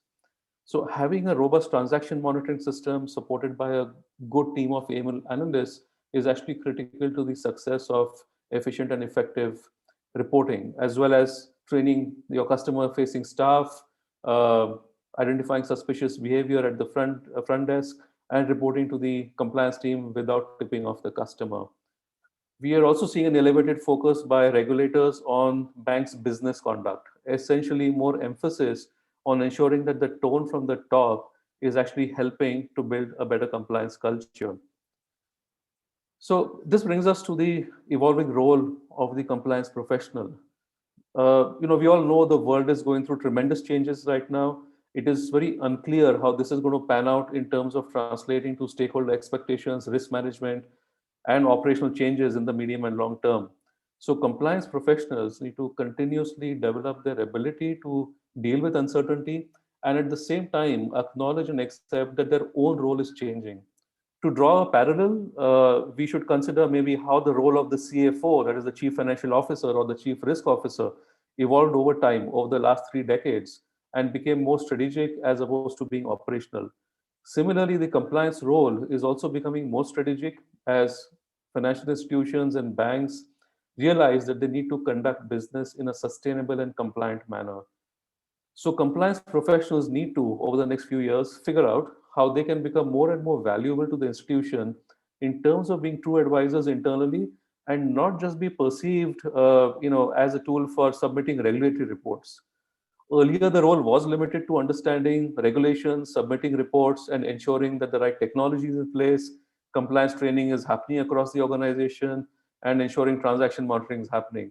But now, in the next step of evolution, the compliance officer has to be aware of the latest concepts, RegTech, virtual currencies, knowing how to analyze patterns and not just transactions, working closely with product teams to ensure that new products that are being launched are not susceptible to money laundering, understanding local and global typologies, even based on some of the issues I covered in the previous slide, and mapping trends based on historical data of suspicious activity and reports to ensure that customer facing staff is well aware of the risks in each geography that the bank or institution operates in.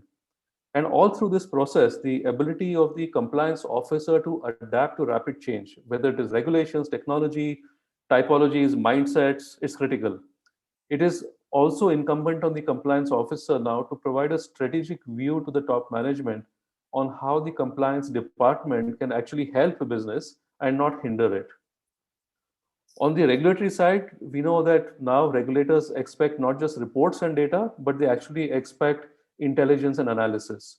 So compliance professionals and the leadership need to take a look at the bigger picture and understand and implement controls and measures, not just across various functions and departments within the bank, but factor in a deep understanding of risks across the entire supply chain of third parties that the bank associates with, whether it's customers, correspondent banks, other institutions, brokers, agents, sources of capital. And in many leading banks, this is already happening, but we see that in the majority of them, this is still a missing element, the ability to look at the big picture. Collaboration across the ecosystem is now being recognized as a way to more effectively fight financial crime in a collective manner.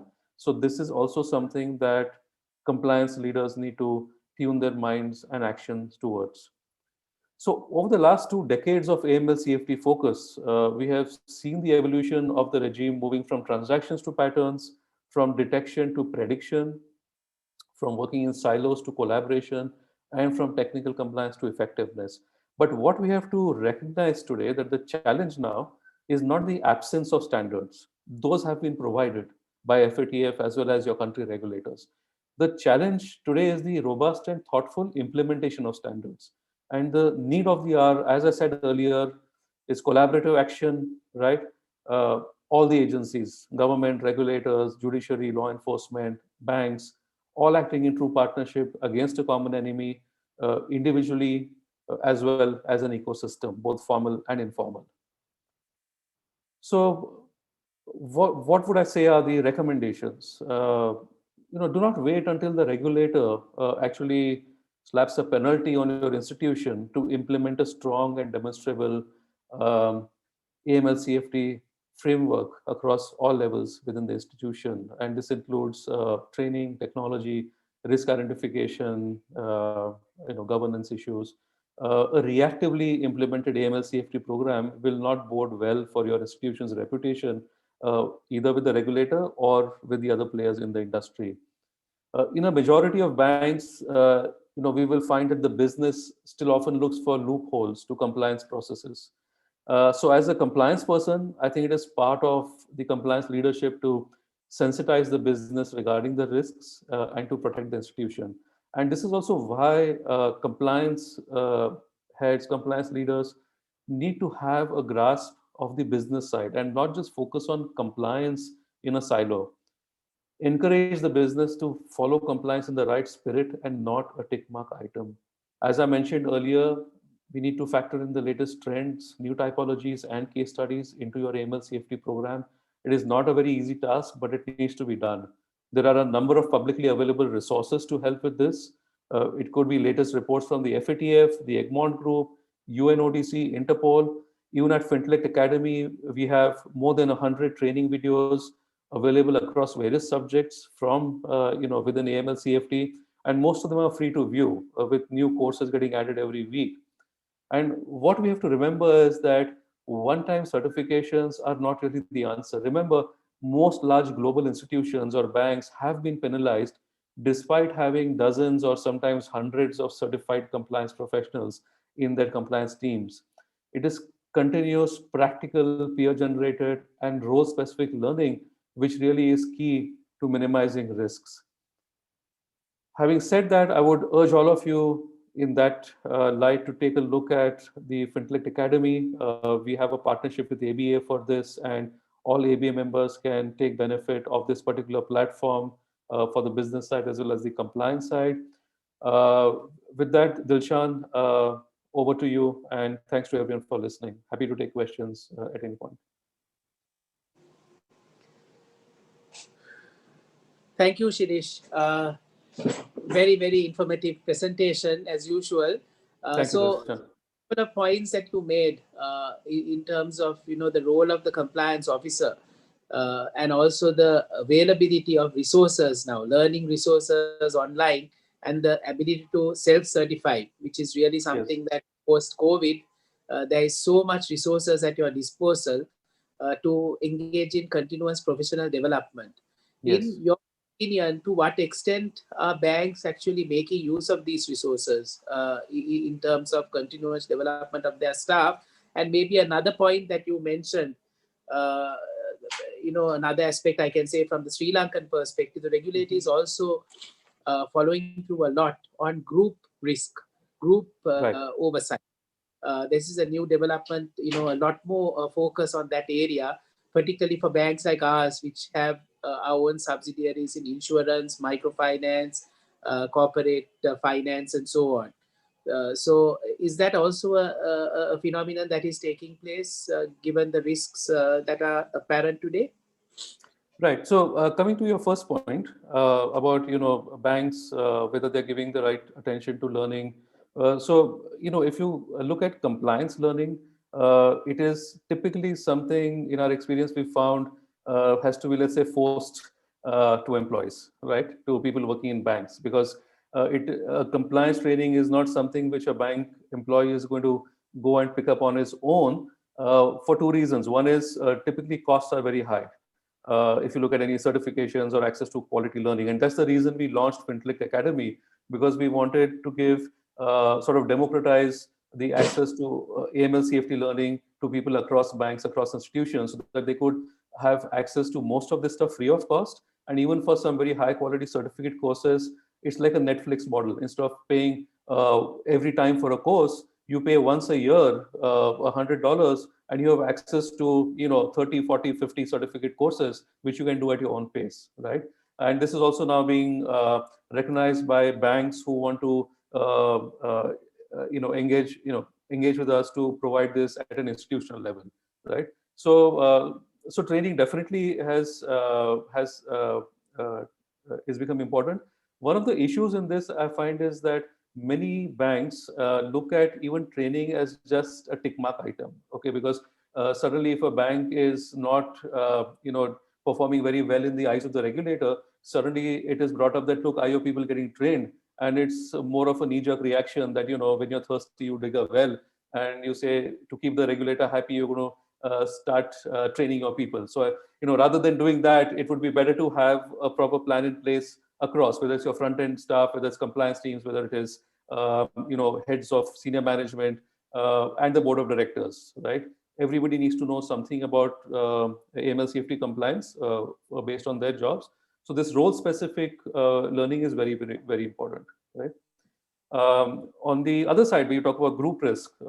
So yes, we are seeing across Asia, as I mentioned, we are actually looking at both at an institutional level, at a group level, regulators requesting, or rather than requesting, mandating institutions to do an enterprise-wide AML CFT risk assessment, right? And obviously there would be other sorts of risk assessment also, let's say even on the credit risk side, okay? So yes, this is definitely something which is happening. Thank you, Shirish. Any other questions from the panelists from Shirish? If not, thank you very much, Shirish, once again. And on behalf of ABA, I would like to note and endorse your paper. We will keep you advised on future work that we're planning to do. So, as I mentioned earlier, I think the next stage of our agenda is to look at opportunities for future policy advocacy work. So I think the next conference, which is going to be a digital conference, which is over 5 days, scheduled for August. That's 5 months from now. And at that time, we hope to also have a policy advocacy committee meeting in the same manner that we're having one right now. So would like some thoughts from each of you. My colleague as well as Freeman are not available for this discussion. It's just the four of us. But would like your thoughts in terms of some of the areas that we should be looking at, again, in the context of the post-COVID environment. I think the theme for the conference also is relevant. The conference theme would be adapting to the new normal along those lines. So a lot of what we have been talking about right now is really relevant in the context of the conference, as well as the prevailing environment that we are in today, where businesses, banks need to look at embracing the change and making the changes, the digital transformation that is necessary, as well as leverage on the opportunities that are presented in a challenging environment like we are facing today. So any thoughts around the table? Can I start with Oliver? Any thoughts, Oliver, in terms of some of the future work that we need to do? Yeah, I mean, I guess I will be delivering the fourth installment for sure, because the whole LIBOR topic is an ongoing issue, and that will keep us busy as it looks now, at least until 2023. But apart from that, I think all the topics we had today are super relevant, I think, for the banks. So I definitely would suggest to keep them in, and then kind of continue the dialogue and the policy considerations for these topics. Sure. So on the digital transformation angle, while I may ask Freeman to actually look at a continuation and to talk a little bit more, home in a little bit more on the fintech engagements and the outcomes that have happened and the learnings from that, I can also share HNB's experience, particularly on the digital marketplace. So this is where, as my colleague Indravasan mentioned, we are bringing together our own customers in an ecosystem. So we, our own customers, following COVID, a lot of the traditional supply chains broke down. So we have actually helped our own customers who comprise large corporates, emerging or mid corporates, SMEs and microfinance customers find relationships within themselves. So bringing together the suppliers, the distributors, the transport providers and the end customers, the supermarkets, and build an ecosystem for them to actually operate. So this is a very exciting project that we are engaged in, which I would like to probably share with you the developments that are going to take place over the next 5 months. So it's an interesting phase for us. I'm quite happy to do that. I have one topic which, well, unfortunately, we have to deal with ever more, and that's financial sanctions. So especially for banks in Hong Kong, that is a very sensitive topic here. So that would be something maybe Shirish could take up in his next, or give special attention to. That would be very interesting. Especially for Hong Kong banks here, I think, to learn. Sure, we'll do that. We'll do that, Oliver. Sounds good. Thanks. And in fact, on that note, Dilshan, if I may also give you my points. Obviously, we'll expand the role of maybe my paper to include corruption as well, because I think there have been a lot of corruption issues in this whole COVID situation. Government schemes and things like that, sanctions, as Oliver mentioned. But I think also maybe if we can invite someone who can maybe extend what HNB is doing, or what you spoke about as aiding development of your customer ecosystem, or aiding development of countries at a corporate level and also at a financial inclusion level. What should banks be doing in the post-COVID scenario? I mean, I'm saying post-COVID, but I don't know whether COVID is over or when it's going to be over. But, let's say while we are in the midst of COVID, what should banks be doing to actually speed up development, right? Sure. And financial inclusion. That's a very interesting point. I mean, just to share the experience close to home, two of our key foreign exchange revenue sources has been tourism, which has been hard hit in Sri Lanka, and remittances. And remittances is an area that we've seen almost a 20% growth post-COVID. And the reason for that, part of the reason for that is really the informal sector, becoming less relevant in a post-COVID environment. So, so there are, new opportunities that come in which you need to leverage on, whilst at the same time there are challenges as well. So that's something that we can always, bring about in that discussion as well. Adrian, again, the sustainability agenda continues to be relevant, and it's getting more and more, there's a bigger rallying cry now. There's a lot more effort, a lot more implementation focus. There's a lot more challenge on the part of the governments to really get their hands dirty and really get into getting things done, and to show, demonstrate the progress that has been made. So maybe that's an area that you could continue, or do you have any other areas that you think that might be relevant along your overall topic? Yeah, I think I can develop the topic a little bit more. I mean, the first paper I presented was on physical risks. This one is just now was more on transition risks.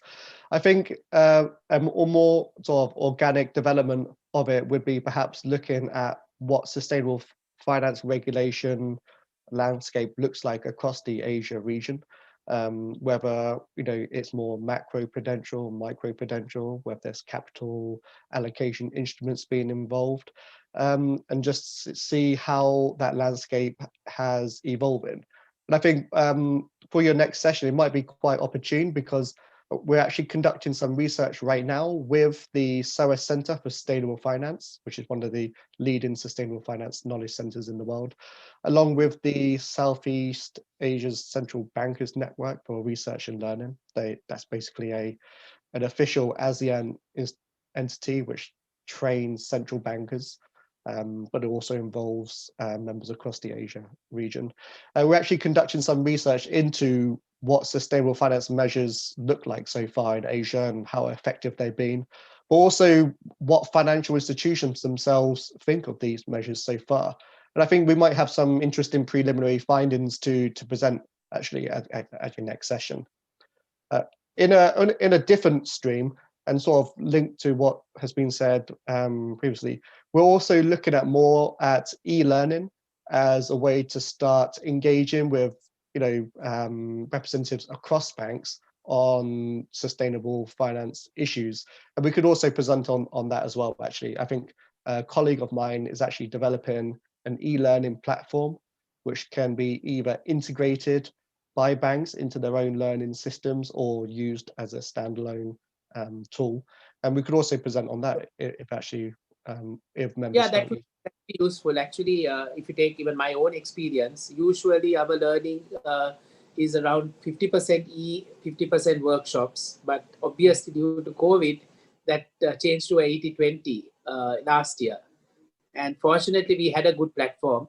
So we were able to continue the focus, the momentum or the drumbeat on training nevertheless. So which really helped us in terms of ensuring, particularly in the areas like compliance, risk management, as well as the training on the technical skills, that we didn't let up on the focus with our employees. So I think that's a very topical area as well. And maybe another area we can think about would be on cyber security, as well as areas around that in terms of whether we need to look at cyber insurance, preventing a cyber attack.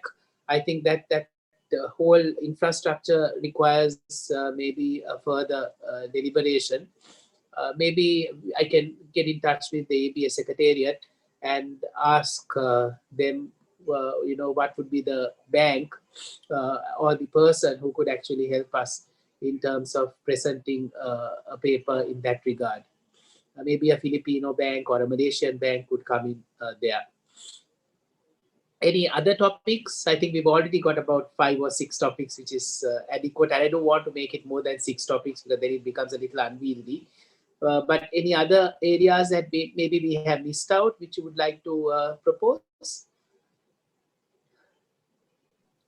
We can't think of anything right now, but maybe if we do think of something, we can probably email you or the secretariat and we'll do that. We'll do that. What I will do is I will write to the entire ABA community and ask them for suggestions of topics, as well as panelists who would like to share in their experiences.